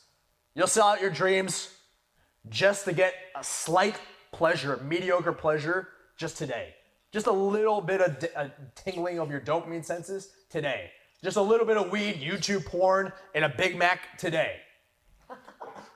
So what we've tried to paint for you here is a vision to introduce you to a lot of these concepts, okay? This is the sort of introduction. And basically trying to make you understand that the frustration that we have as teachers is that we will give you the solution, but you won't take the damn medicine. We'll give you the solution, but you won't take the damn medicine. Okay, it's a lot like training an animal. It's like training a puppy. So in order for us to teach you, we can't just give you the information. We have to sit here being like, how do we pump their state? How do we get them to focus on the little small things? It's like this. It's like training a child. Because we have to do that because you're not bought in enough to your own vision. Because if you were, then the information we're giving you would stick like glue, regardless of whether you invested into it or not. It would stick like glue. But how do we know it doesn't work? Because we've given now our boot camps are another level. But on Free Tour, we've given world-class information on Free Tour just to have the same people in the same audience ask us the same question that we focused on that problem with them for an hour on the previous Free Tour. You know, like we had a whole Free Tour, the previous Free Tour, where we dedicated an hour to helping one person. They asked us the same question the next Free Tour. Amnesia. Everybody say amnesia. Amnesia. What's the amnesia? They go, because you guys all feel the energy. We're a little bit more intense today. You guys all feel how this speech has broken through your autopilot patterns a little bit? Do you feel how you can ride the high from this speech, go home, and you feel like you just want to attack something, or like, let's go get it? Do you guys feel that feeling? That's the way you guys should be feeling. But then, let's just watch TikTok a little bit. I'm hungry. Let me take my cheat day a little early. Whatever it is, you baby step yourself back into your default settings. And the default settings pacify you. Like a nipple in a baby's mouth. Pacification. And the problem with that nipple is the milk is sweet. It's real sweet. It feels good. But it's the death of your soul, it's the death of your dreams. And if you knew the real sweet milk, you wouldn't even think that milk is sweet. Absolutely. Your life could be like heaven on earth, but you gotta wake up part of your brain and you gotta set up your life correctly. That is it. Let me put it to you this way, okay? I'm gonna try to break this into reality for you. Me and Sid will be back in LA for, say, a month. I wake up in the same mansion that Avicii and Tiesto used to live in the Hollywood Hills. I probably have someone in my bed who, in a million years when I was younger, I could never imagine someone like that being in my bed. I go get breakfast literally wherever I want in the city. I might go to Bel Air Hotel, sitting beside celebrities, getting a $300 breakfast. Then, if I want to, I'll go do a little bit of hiking. Maybe I'll go to Runyon Canyon, wherever. Not right now, I'm in a wheelchair. But, go do a little bit of hiking. Maybe I'll go train in my private gym. I'll decide what 5-star dinner I want to go to that night. I'll go blow 10, 20 grand on Rodeo Drive. I'll decide which $100,000 watch I want to put on. I'll decide out of my $2-3 million in clothes of what I want to wear. This, I guess. Okay. I'm a human retard poster. That's a $100K almost watch. That's a $150 yellow hat for no reason. It's not better than any other hat. That's a pair of $1,500 Jordans that look like they're from fucking Kmart. This is even a $400 or $500 shirt that doesn't even look that much better because I don't even care about money. Then I'm like, do I want to go to Spago? Do I want to go to Mastro's? Where the fuck do I want to go? Then I'll go take, I probably take $3,000 a month in supplements, just cause, right? $1,500 bottle of ginseng, just cause, I don't care. Then I'm like, okay, which of my friends who's fucking amazing do I want to hang out with? Who do I want to invite over tonight who is stunning to enjoy an evening of intimacy together? And then at the end of the night, what party do I want to put on and have one of the best parties in LA and have everybody come up and have a great fucking time and then go to bed? On a day like that, I am so bored and understimulated, I contemplate suicide.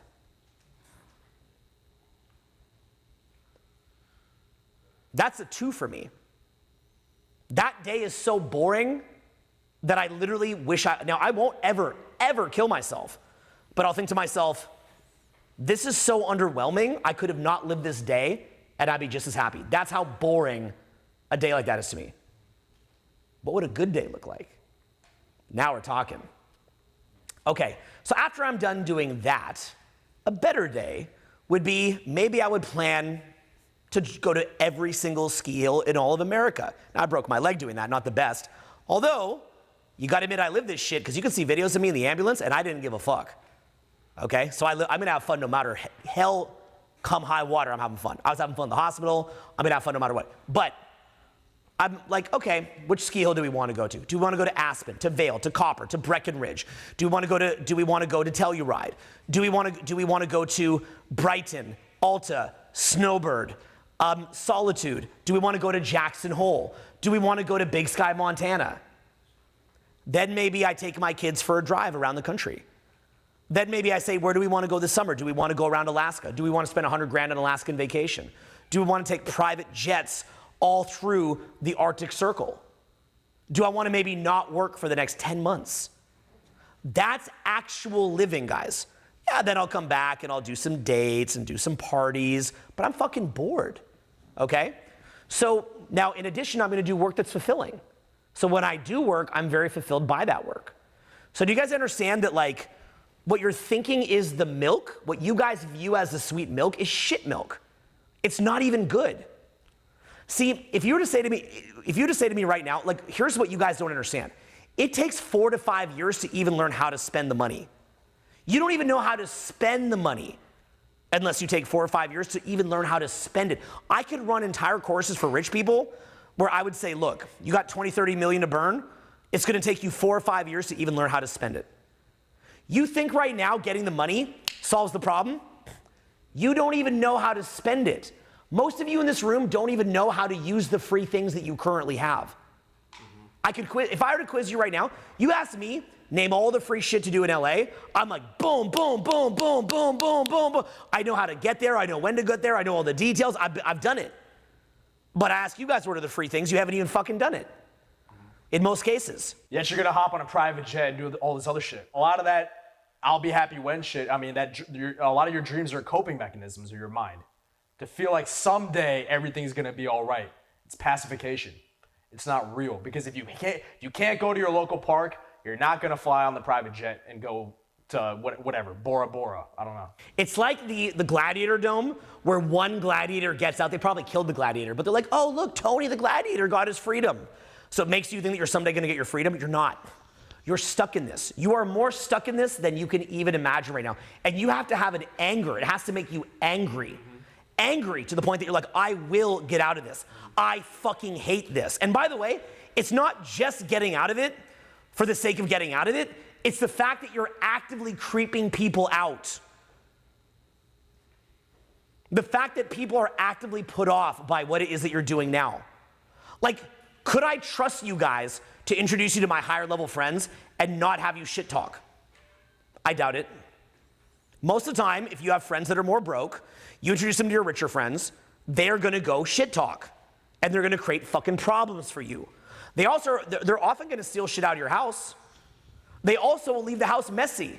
If I invite someone who's broke to my house for a week, you think that they're smart enough to actually keep the place fucking clean?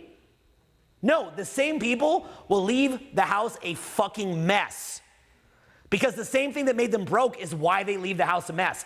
And then when they leave, are they gonna be like, oh, thank you. Look, I let one dude stay at my house for like a year during COVID, and I finally said, bro, you gotta go. Do you think he said thank you for staying there for a year? No, he got angry and was pissed off at me. And he stormed out. I didn't hear from him for like 2 years. Why is that? Because he's pissed, because in his mind, he's like, you're rich, you should just give this to me. It's an entitlement. But there's no brain power that I have that he doesn't have. He could go build that if he wanted to. He just doesn't want to. Why doesn't he want to? It's part of the slave mentality. Now, everybody will hear that. They'll go, no, he has everything going against him. He can't do it. That's not true. It's not true. Look, there's impediments in society, but he was not uniquely hit with that. So the purpose to get out of this shit is not just for your own enjoyment. It's also that you're actively making the people that would help you uncomfortable, and that you can go in the opposite of that. You can be the opposite kind of person of that, and you can get it to where people view you as someone who adds light and who adds beauty and whose presence is appreciated and someone who people want to be around. And you can actually add that. But it comes down to basic standards. I'm not going to be a shit talker. I'm not going to be somebody who's lazy. I'm not going to sit here passively. I'm not going to consume the slave trinkets. I'm not going to take the, what's it called in Brave New World? Is it called the Soma? In Brave New World, I'm not going to consume the fucking Soma. I'm going to actively audit my time. I'm going to audit my energy. I'm going to have boundaries, and I'm going to proactively build what it is that I want to build. And by the way, you also do it for your children. You do it for your fucking kids. Guys are like, oh, I don't care about learning social skills. Well, who are you going to wind up having kids with? Do you have someone right now who you're going to have kids with? What happens if you get, remember, you can't even keep people just, if you go get someone who you're really attracted to, you can't just keep them because you can only keep the level of person that you can replace. Do you guys understand that? A man cannot keep a woman who he cannot replace. Whatever woman you could replace in about 4 to 6 weeks, that's about who you can keep. If you can't keep someone like that, that's not the level that you're at, and they damn well know it. So you can't keep them. So it's, even if you got them, you're pointless. That's what clients do. Yeah. Yeah, you get a high-end client. If you can't replace them, do you understand? Immediately, as soon as you have a girlfriend or a high-end client, they begin the testing. And they're testing to see if you could replace them. And they're looking at little small subcommunication. So these are challenges that have to be fixed. And if you fail to fix them, you're fucked. And understand, many people go to their grave unhappy. Like Sid's father's an incredible man, but also was an angry man. Sid's dad went to his grave angry. So his dad died last year. I have friends that died angry. I have friends that died without their dreams being fulfilled. I watch my mother and father, who I love to death, but I watch them bickering and fighting with each other in divorce, wasting whatever money they would have given to me and my sister in any kind of inheritance, not that they had much, on lawyers attacking each other. Look, I didn't care. I didn't want the money. But seeing them, imagine how you'd feel as a parent. You can't even leave anything behind for your kids because you wasted attacking your partner. That's how they'll die. It's sad. I love my parents. But that's how they'll die. They found some happiness in their older age. I'm happy for them for that. Do you guys think that most people wind up dying with their dreams fulfilled? No, because, and again, you actually can do it, but you have to actively be getting mentors, actively have a mastermind group, and actively be coaching people underneath you. That's what grounds you to reality. Because you can even look at the way you've set goals the last 5 years or 10 years. Did you actually get accomplished what you set out to accomplish? Or did you have to keep kicking it off into the future? That's the big test. And if you're kicking it off into the future, because you said, okay, when you're 20 years old, you thought you were going to be somewhere by 25. If you didn't get to where you thought you were going to be by 25, then what does that say about the way you're seeing the world? And the way that you're seeing business, the way that you're seeing the reality? It's inaccurate. Now, mentors ground you to accuracy. Yeah, imagine that you guys were in a culture like this every day. Imagine that, you can't afford me every day. You can't afford Sid every day. But what you could do, how will you create a culture like this every day for free? Guys, wake the fuck up. How would you create a culture like this every day for free? What did I tell you about leadership? It's your country. It's your fucking country, what I said last time. For the country, yourself, and professionally. I mean, build a mastermind group. Get on, realistically, do you see yourself doing this kind of shit if you don't build a mastermind group? No. Realistically, do you see yourself doing this kind of shit if you're not also helping people below you?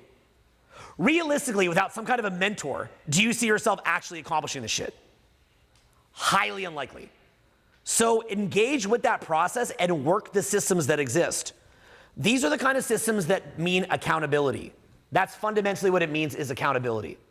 Yeah, when you create mastermind group, create rules for that mastermind group. Lead the mastermind group. Public accountability. Say public accountability. Public accountability. Meaning that there's a scoreboard. People can see where, You can see where your peers are at, and they can see where you're at. Say skin in the game. Skin in the game. You have to put some kind of investment on the line. That can be financial investment. That's usually going to be the most effective. But that also could be reputation. You tell your accountability group, I'm going to get XYZ accomplished by this date, and if you don't do it, you get embarrassed. Do any of you guys wish that you could just avoid this whole shit and the system would just come in and handle it for you? No. That's a normal way to feel. That's how they get you. That's how they'll take your freedom from you, by the way. See, the system's coming. That is literally how they fucking get you. Do you understand? So what I'm going to do is I want you guys to do maybe 5 minutes of Q&A and tell us what questions you have about this. Don't go into stick to this area, okay? Don't go on I have a random question I've always wanted to ask. Stick on the threads that we've been focusing on here and ask me some questions about things that are on your mind from the things that we're talking about here. And we can use your mic to pass it around. So when you talk about the trauma and the brainwashing that underlies a lot of people's social inabilities, how do you systematically target that damage that's been done? We will focus on that over the course of the weekend, but what I'd also say is trauma release processes and putting a focus on it in general. Read the books on it. Read the books, study it, and we'll focus on it this weekend as well. Study it, learn how to release it, learn how to stay in a present state and not mask your traumas with certain addictions, and then also realize that you don't create a story around your trauma that's limiting too. Next question. Yeah, so we were talking about mastermind groups, and I kind of built a little bit of that, moved out and just did this crazy thing. What are just, off the top of your head, some good rules to have? For mastermind groups? First of all, no bullshit. Anyone's negative, you gotta kick them out because it alienates the good people. Good people will look at that little drama or people bickering in the group and they're out of there within milliseconds. So that would be number one. Any more, Sid? Just the stuff I gave you up there. Public accountability, skin in the game, all that stuff. All right. Yeah, but no bickering. Yep, there has to be a clear leader too. Because there's always that guy who's like, I want to just bicker and blah, blah, and you're like, you know that if I let this roll, all the good, successful people that we had here are out of here immediately. So you have to be encouraging an environment of giving value and adding value, like throwing logs in a fire, not someone who's just out of control, like some derping negative troll who then dominates the energy of the group. You got to cut that out. And you got to keep the group as good as you can, like cutting out cancer. With my previous acquisitions group, they created a mastermind. What they did very effectively is they were just extremely ruthless when it came to screening people before they were even allowed in. A lot of people are way too lenient with who comes in, and that creates these kind of issues that you're talking about. Yeah, so you do free groups, and that's where you can get it for free, but ideally you join paid masterminds. Payment is a way to create a boundary around people who can't even come up with a couple bucks. But, you know, when you're new, work the free ones you have. Thanks. Yep. Who's up? My question is, after you've worked on yourself, right, and you find your own state, core state, or however you call it, on your vibration, right, what are some ways you maintain it? Like, you get triggered. For me, it's effortless. Okay, I haven't been in a bad mood in years, but I think when you're newer, it's the epiphany that this is fucking you. Okay, like this isn't helping you. This is poisoning you and fucking you. So, you know, people don't realize, like my view of engaging in negativity is literal satanic worship. Like, just cut out the bullshit and just be like, I worship you, Satan. Yes, Satan. Infuse me. Like, that's really what you're saying. It's gonna, any kind of negativity, unless it's the kind that helps you to self-reflect, is basically just pure Satanism. It is sucking the cock of Lucifer and just gradually pull the dick out of your mouth. Would be the best way I put it to you. I always view it like you're not giving yourself enough perspective. I've traveled to third world countries. I've seen what real negative events are. If you don't have that anchored in your mind that what we're asking to do is have fun in the first world with all the opportunities that we have, then you're not giving yourself the right perspective. So at the end of the day, there's always going to be people that were in a more negative place than you, and they face real negativity, not the facade of negativity that we think we're facing. And not only that, they accomplish way more. So there's no excuses. At the end of the day, also, your emotions don't matter in the temporary. You have to just, regardless of it, even if you're in a negative state or a positive state or whatever, you have to stay even keeled and take the action anyway. The doing needs doing. And that's it. Well, you had epiphany. So you had to reach to the breaking point of yourself, then to reach that epiphany. To understand that correctly? But I also didn't have people to coach me on it. You have coaching here. So the idea is for you guys to get better faster than I took. Yeah, so best places you would recommend to meet mentors and communication tips on. There's no reality of meeting a high-level mentor that is not charging you money. But the only way that you can get free mentors is if you're such a fucking superstar that you're this like energy infusion into their lives. But the thing is, just create a free mastermind group in the short term, and then over time, find ways to get mentors that are within your price range. Okay. And communication tips.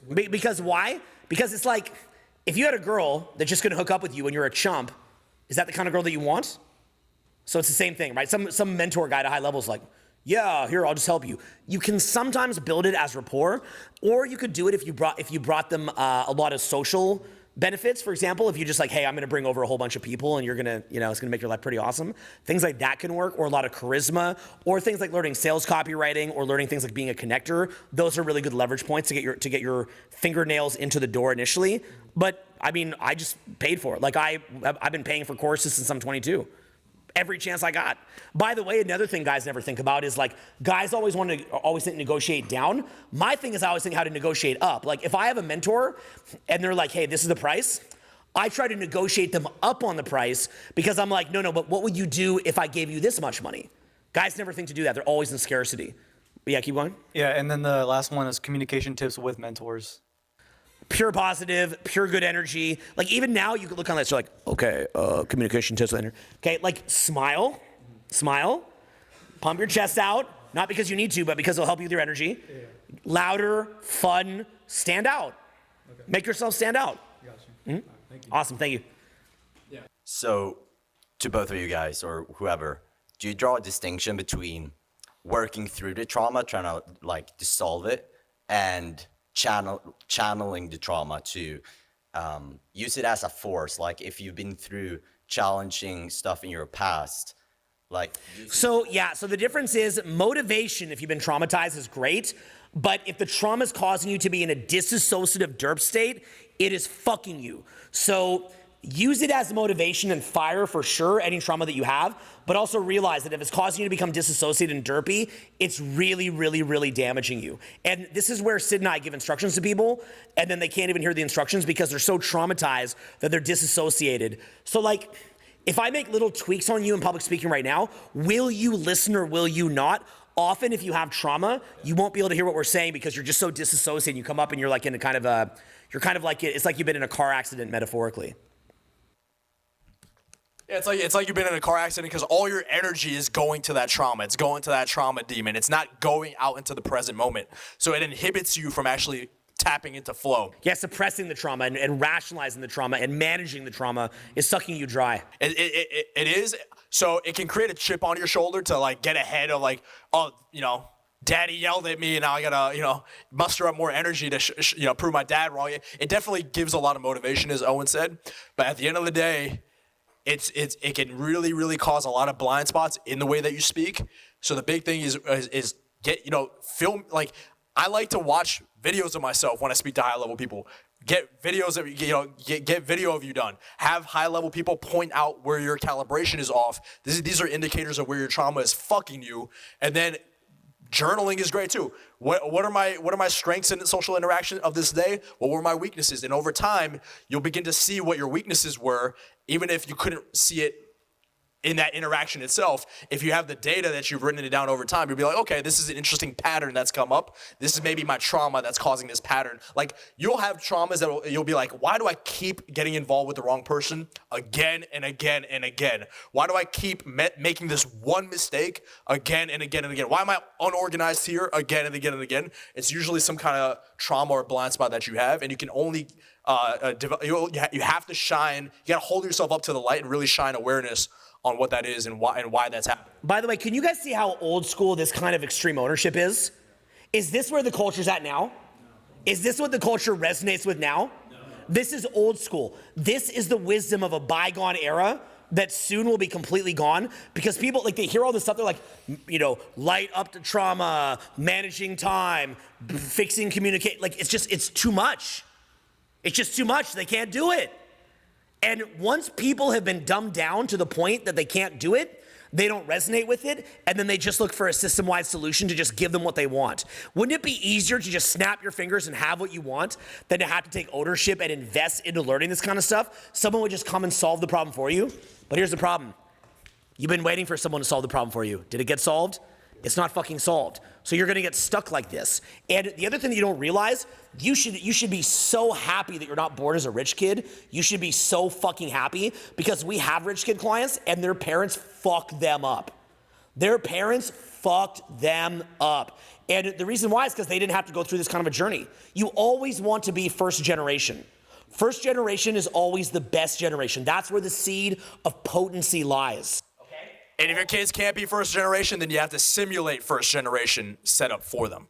Yeah. Meaning don't give them money when they're, Yeah, my kids, right now, my 12-year-old kid is the best public speaker in this room other than myself or Sid, if I bring him in, and was never trained. Why do you think that is? No trauma. He can free associate, he can just talk off the cuff, he can be funny, he can lead exercises. Why? No trauma. You look at his eyes, there's no trauma in his eyes. His eyes are very, very, very clear.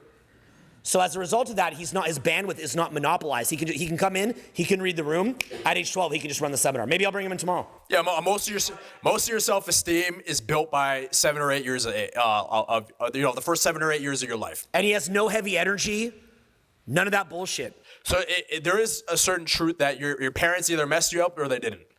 But that being said, the worst thing you could ever do is craft a story around your trauma. Craft halo effect around your trauma. That's what you don't want to do. Always give yourself perspective. There are people more traumatized than me, that accomplish more than me, and that are happier than me. That's all you got to keep in your head if you're traumatized. Yeah, we'll do 2-3 more questions. All right, you guys. So louder. You talked a bit earlier about you want to be first generation. So all right, Tina and I are going to be working together later. I want you to ask this question. Walk up and down the crowd and project your voice as you ask this question. All right. Okay, so we talked a bit earlier about being first generation and having the energy of someone who is first generation. So one of the things that I realized into being the West is, so I've got people around me. I work in a company. I've got 7 people in my team. Give us like the 10-second version of Okay, so people who were born in the West, they don't have the hunger in them. I don't see the hunger to go and do something. What can I do to wake them up and give them that energy? Because I'm just not seeing it in people in the West. Yeah, it's a really, really big problem. I remember when Max used to work with me, and Max used to mock about how American employees are dumb. And I remember, me and Julian were out shooting a video in Miami, and our 2 American cameramen kept, falling on the ground and hitting their head on poles until eventually the batteries ran out. And then Max just sent in his 2 European staff who just came in, got everything done easily. And then Julian's part European, right? And he's like, I told you, man, America's out of control. It's getting fucked up over here. So the thing is, you're not gonna be able to personally wake everybody up within a year or 2 years. So I would focus right now on yourself and you wanna build yourself into such a massive leader that you can actually help to wake people up because you're such a massive leader. So that is one of my goals. We've actually been able to build some of the most major leaders in the world. I'm not allowed to name them because I'm a controversial teacher, so I can't say them by name. I've given you so many hints. If you can't figure it out at this point, you're fucking retarded. But I'm not gonna name them so the way they can clickbait it. So we've been able to build out leaders that are making a major difference. And even though I have criticism of some of those leaders too, because I've given them good direction, but some stuff I don't like that they do, but I've still created a net positive overall. So the thing is that become the leader that you're capable of becoming. How old are you now? 34. I'd love to see you at 44 as the next level of who you could be, and all the while keep being a leader. When you're a newer leader, you lead less people. When you're a more seasoned leader, you lead more people, and I think that's what you're going to turn into. What's the context of this question? Are you trying to get this for staff, or what is it? So within my staff, the people I'm talking to, they just don't have the energy in them, and they don't have the need. If you're first generation, you want to come here and achieve something. Generally speaking, people who I've seen in the West, they just don't have the bright eyes. They don't have it in them. You don't have anything you can give them. First of all, I'll say this. Conservatives First do of what all, the left doesn't currently, yeah. First of all, I'll say this. You can find A players anywhere. Everybody say you can find A players anywhere. You can find A players anywhere. So even whether it's the west or the east or the north or the south, if you work enough volume and you have the right system and you know who you're pitching, you're interviewing a bunch of people, you can find A players even in the west. You absolutely can. So, there's no like excuse for it. Don't try to take your B players and turn them into A players. They'll never get there. And it's one of the great. Did you fucking hear that? That is a truism of entrepreneurship. The B players won't get there. Okay. If you are a B player, realize that a lot of people that want to hire you are just like, he's not going to get there. They've given up on you. Look at how bad that is if that's where you're at. And by the way, I started my entrepreneurship journey only going after A players. This is what I learned from my mentor, Dan Pena. I later tried the B player thing. It was a disaster. I'll never go back to Derpers ever again. Okay? You can't turn. Now, unless it's like a fast turnover rate position in business, you're not going to take a pig and make it fly. It's not a flying animal. Because it's in my view, it is satanic possession.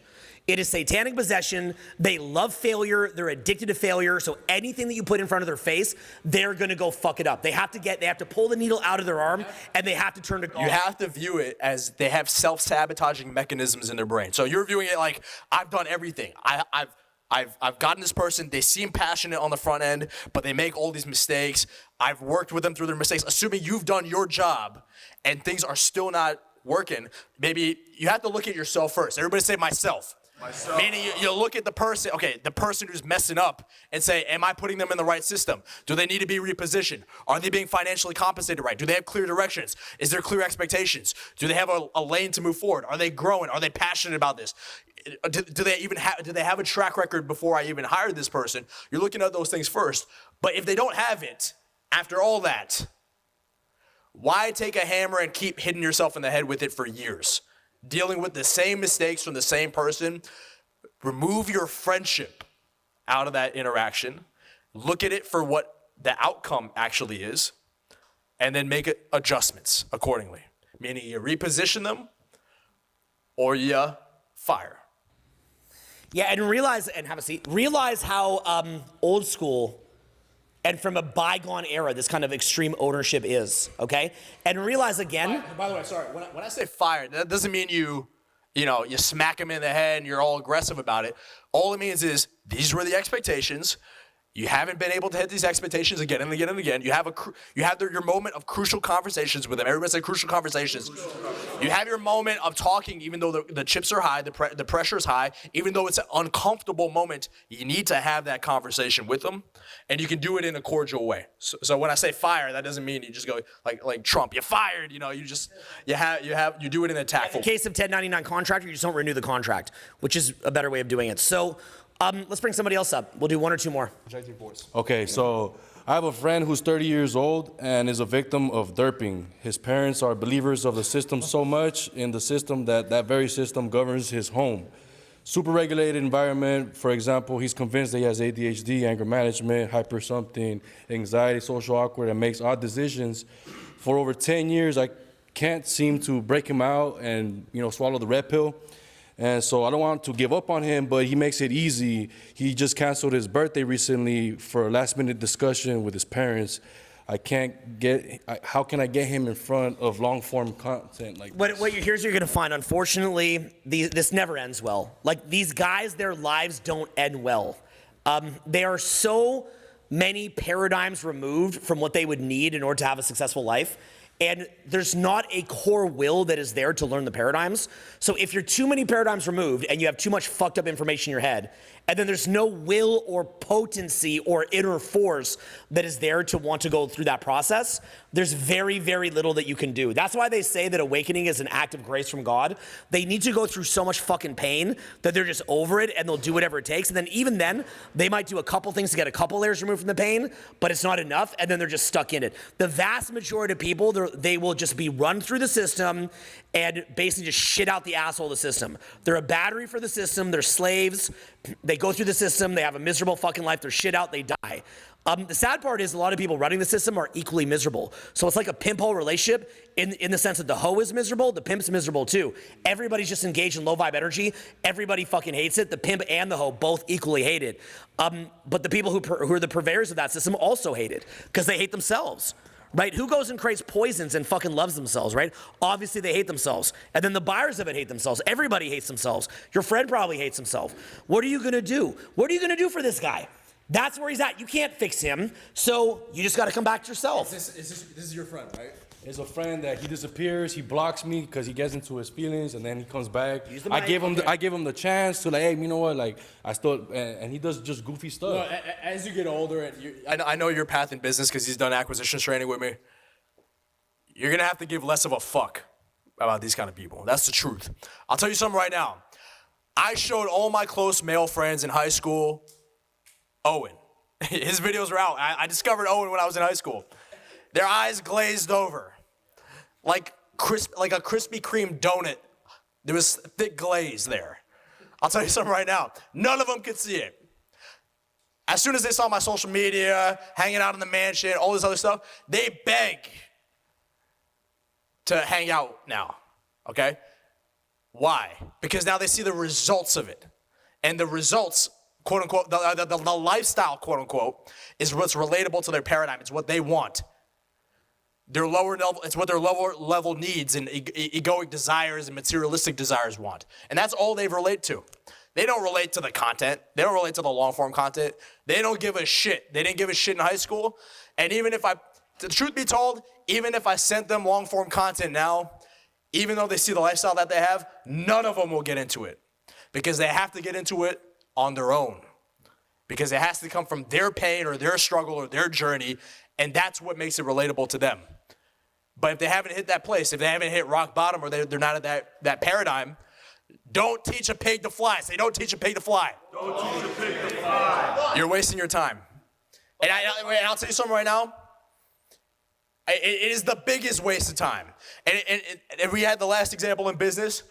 People will make or break your business. People are your leverage. It's the same thing in your personal life. Think about how much time has been wasted with the wrong people who are just not getting it. And yet you sit there like a monkey with a hammer hitting yourself in the head with it. By the way, though, what Sid is trying to show you obliquely is he's trying to get you to position yourself not as the dead weight. But many of you in this room are the dead weight. But we're trying to show you the other side of it so that you empathize with the people that are trying to help you and you begin to reposition yourself at a different point in that equation. So we're trying to teach you a little bit covertly here. By the way, many of you in this room are the derper, are the B player, are the dead weight, are the satanic dick sucker. That's actually you.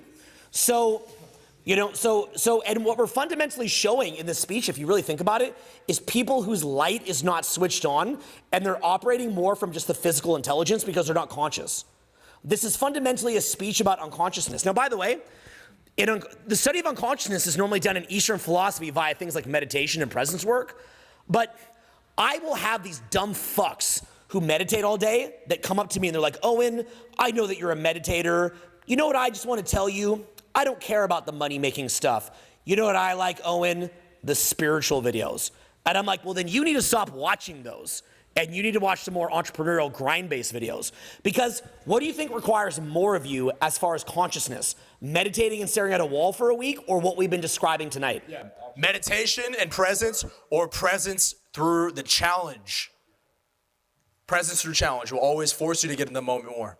Also, you can look at me. When I got in my accident, I stayed present. I had a comminuted fracture, tib fib, and tibial plateau, comminuted fracture. Horrible, horrible accident. All the ambulance people and the doctor people couldn't believe I was largely not on painkillers. And I kept joking with them and having fun with them, and they kept being like, we've never seen somebody like this. That was the test of can you stay present when you're in physical pain? Can you stay present when you're under pressure? Can you stay present when things aren't going well? So what does it matter if you get good at being present while staring at a fucking wall? That's a good thing to do, to not just be stuck in your ego and just working all the time and try to find yourself via money or consumer culture. But ultimately, you do need to learn to stay present and aware through this process and realize that what we're talking about here, this is the real meditation. Also, remember I said America has its own culture. America has its own fucking culture, including goofy-ass self-help gurus. part of our spiritual culture is this kind of stuff. So there's actual beauty in things like this. There's real beauty in this. And they want to take this from you. Do you understand? They don't think that you can learn this. They don't think that you're capable. They view you as vulgar, filthy fucking animals who need to be managed and ideally would be exploited. That's how they see you. And they don't believe that you can learn this kind of stuff. And they don't believe that culturally that we could have a shift to where people learn. It doesn't mean our stuff is exactly perfect, but this genre of stuff, which is spot on. So realize that if you're not moving the culture forward, you're pulling it backwards. And you're gonna wind up getting this generation is gonna wind up getting fucked from this in ways that you can't even begin to conceive of right now. You think a lockdown was bad? They lock you down and put you on fucking house arrest over this shit? Wait until you see what's actually coming to you if culture keeps moving like this. So realize that it is now or never with AI coming and all that you've got to begin to start taking extreme ownership and extreme accountability. So wait, real quick, to answer your question though, your best bet, and how many of you guys feel like you're in a similar situation to Kevin? Yeah, so it's common.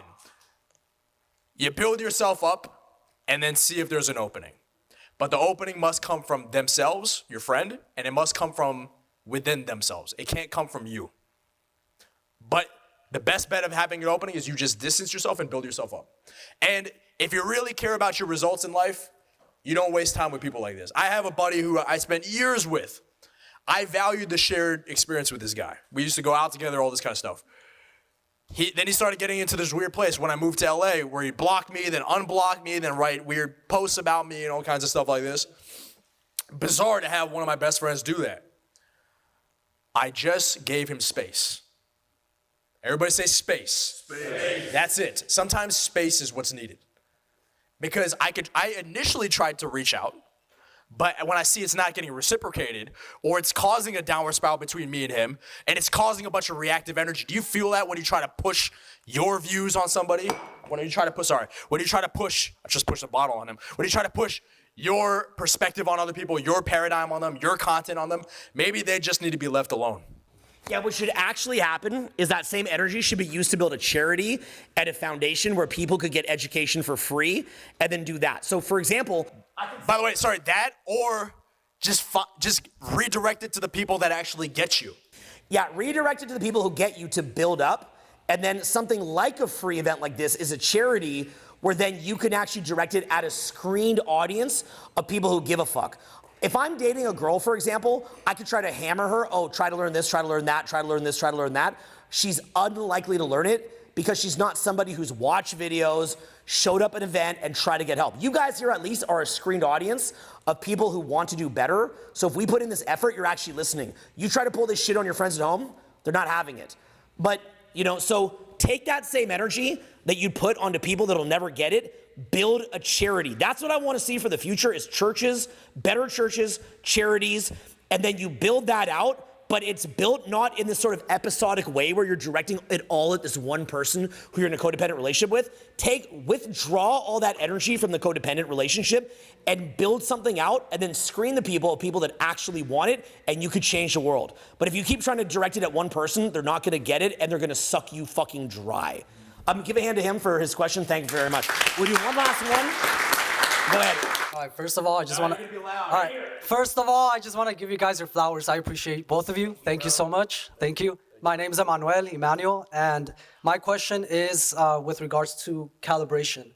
I see myself as currently being in that state where I'm recalibrating, and I just recently watched your video about being in a trap and how to escape the soul-sucking trap. And I actually went through the transcript. I created a self-audit myself because I see that as part of the recalibration process. You guys also mentioned journaling, watching your behaviors, and that type of movement. What else do you guys suggest for someone who sees themselves currently recalibrating? Well, I think we've got 2 more full days on this event. How many of you guys are gonna be here in the next 2 days? Yep. Awesome, okay. So we got, including up at the mansion on Sunday. So we've got 2 more full days here. It's gonna be awesome, okay? So we will show you more tools, but I guess the fundamental lesson of this speech is we were trying to do an expose of derping. And what that means is realizing that lack of awareness is what's pushing you away from other people. Building more awareness, again, like we said, as you get out of the trauma, you get out of the derp, then you begin to build awareness, and then you can calibrate. And that's where you start to create amazing, like you meet somebody out and you know what offer to give them. You meet somebody out, you know what kind of energy they need. Maybe that could be teasing. Maybe that they need you to push them away a little bit.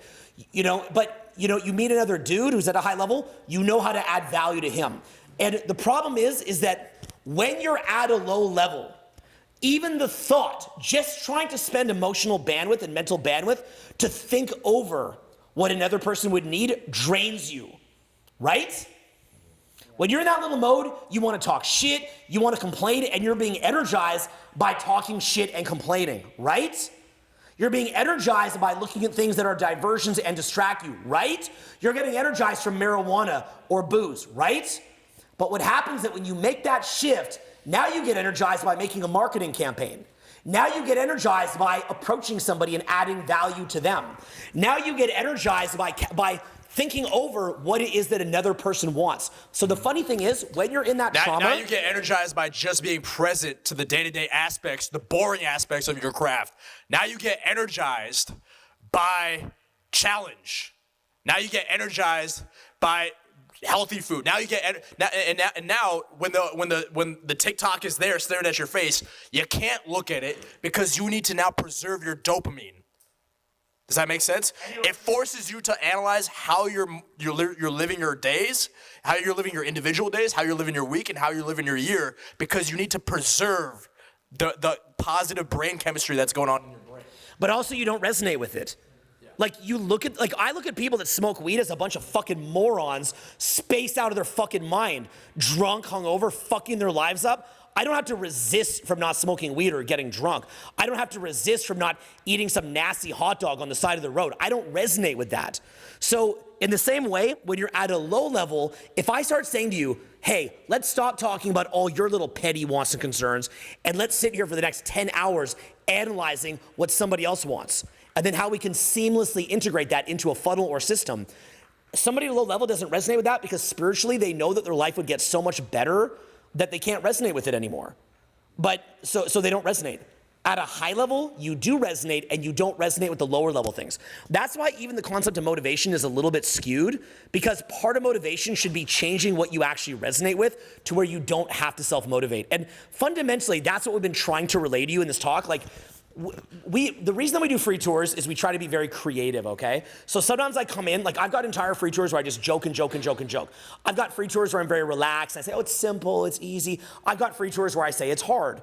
I've got free tours where I'm dark and serious, right? So it's like, how come sometimes I'm dark and serious? Sometimes I'm saying it's easy. Sometimes I'm saying it's hard. Sometimes I'm joking around. Sometimes I'm being chill.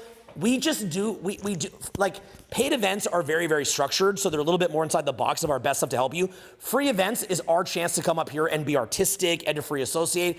And really what we were trying to do here tonight with both speeches, the one I did earlier, but also this one here, was we're trying to be a little bit creative. And we try to make it kind of like an ass smacking, like, smack, wake the fuck up, right? Like a cold water bucket on the head to get you to wake the fuck up. We do different kind of styles.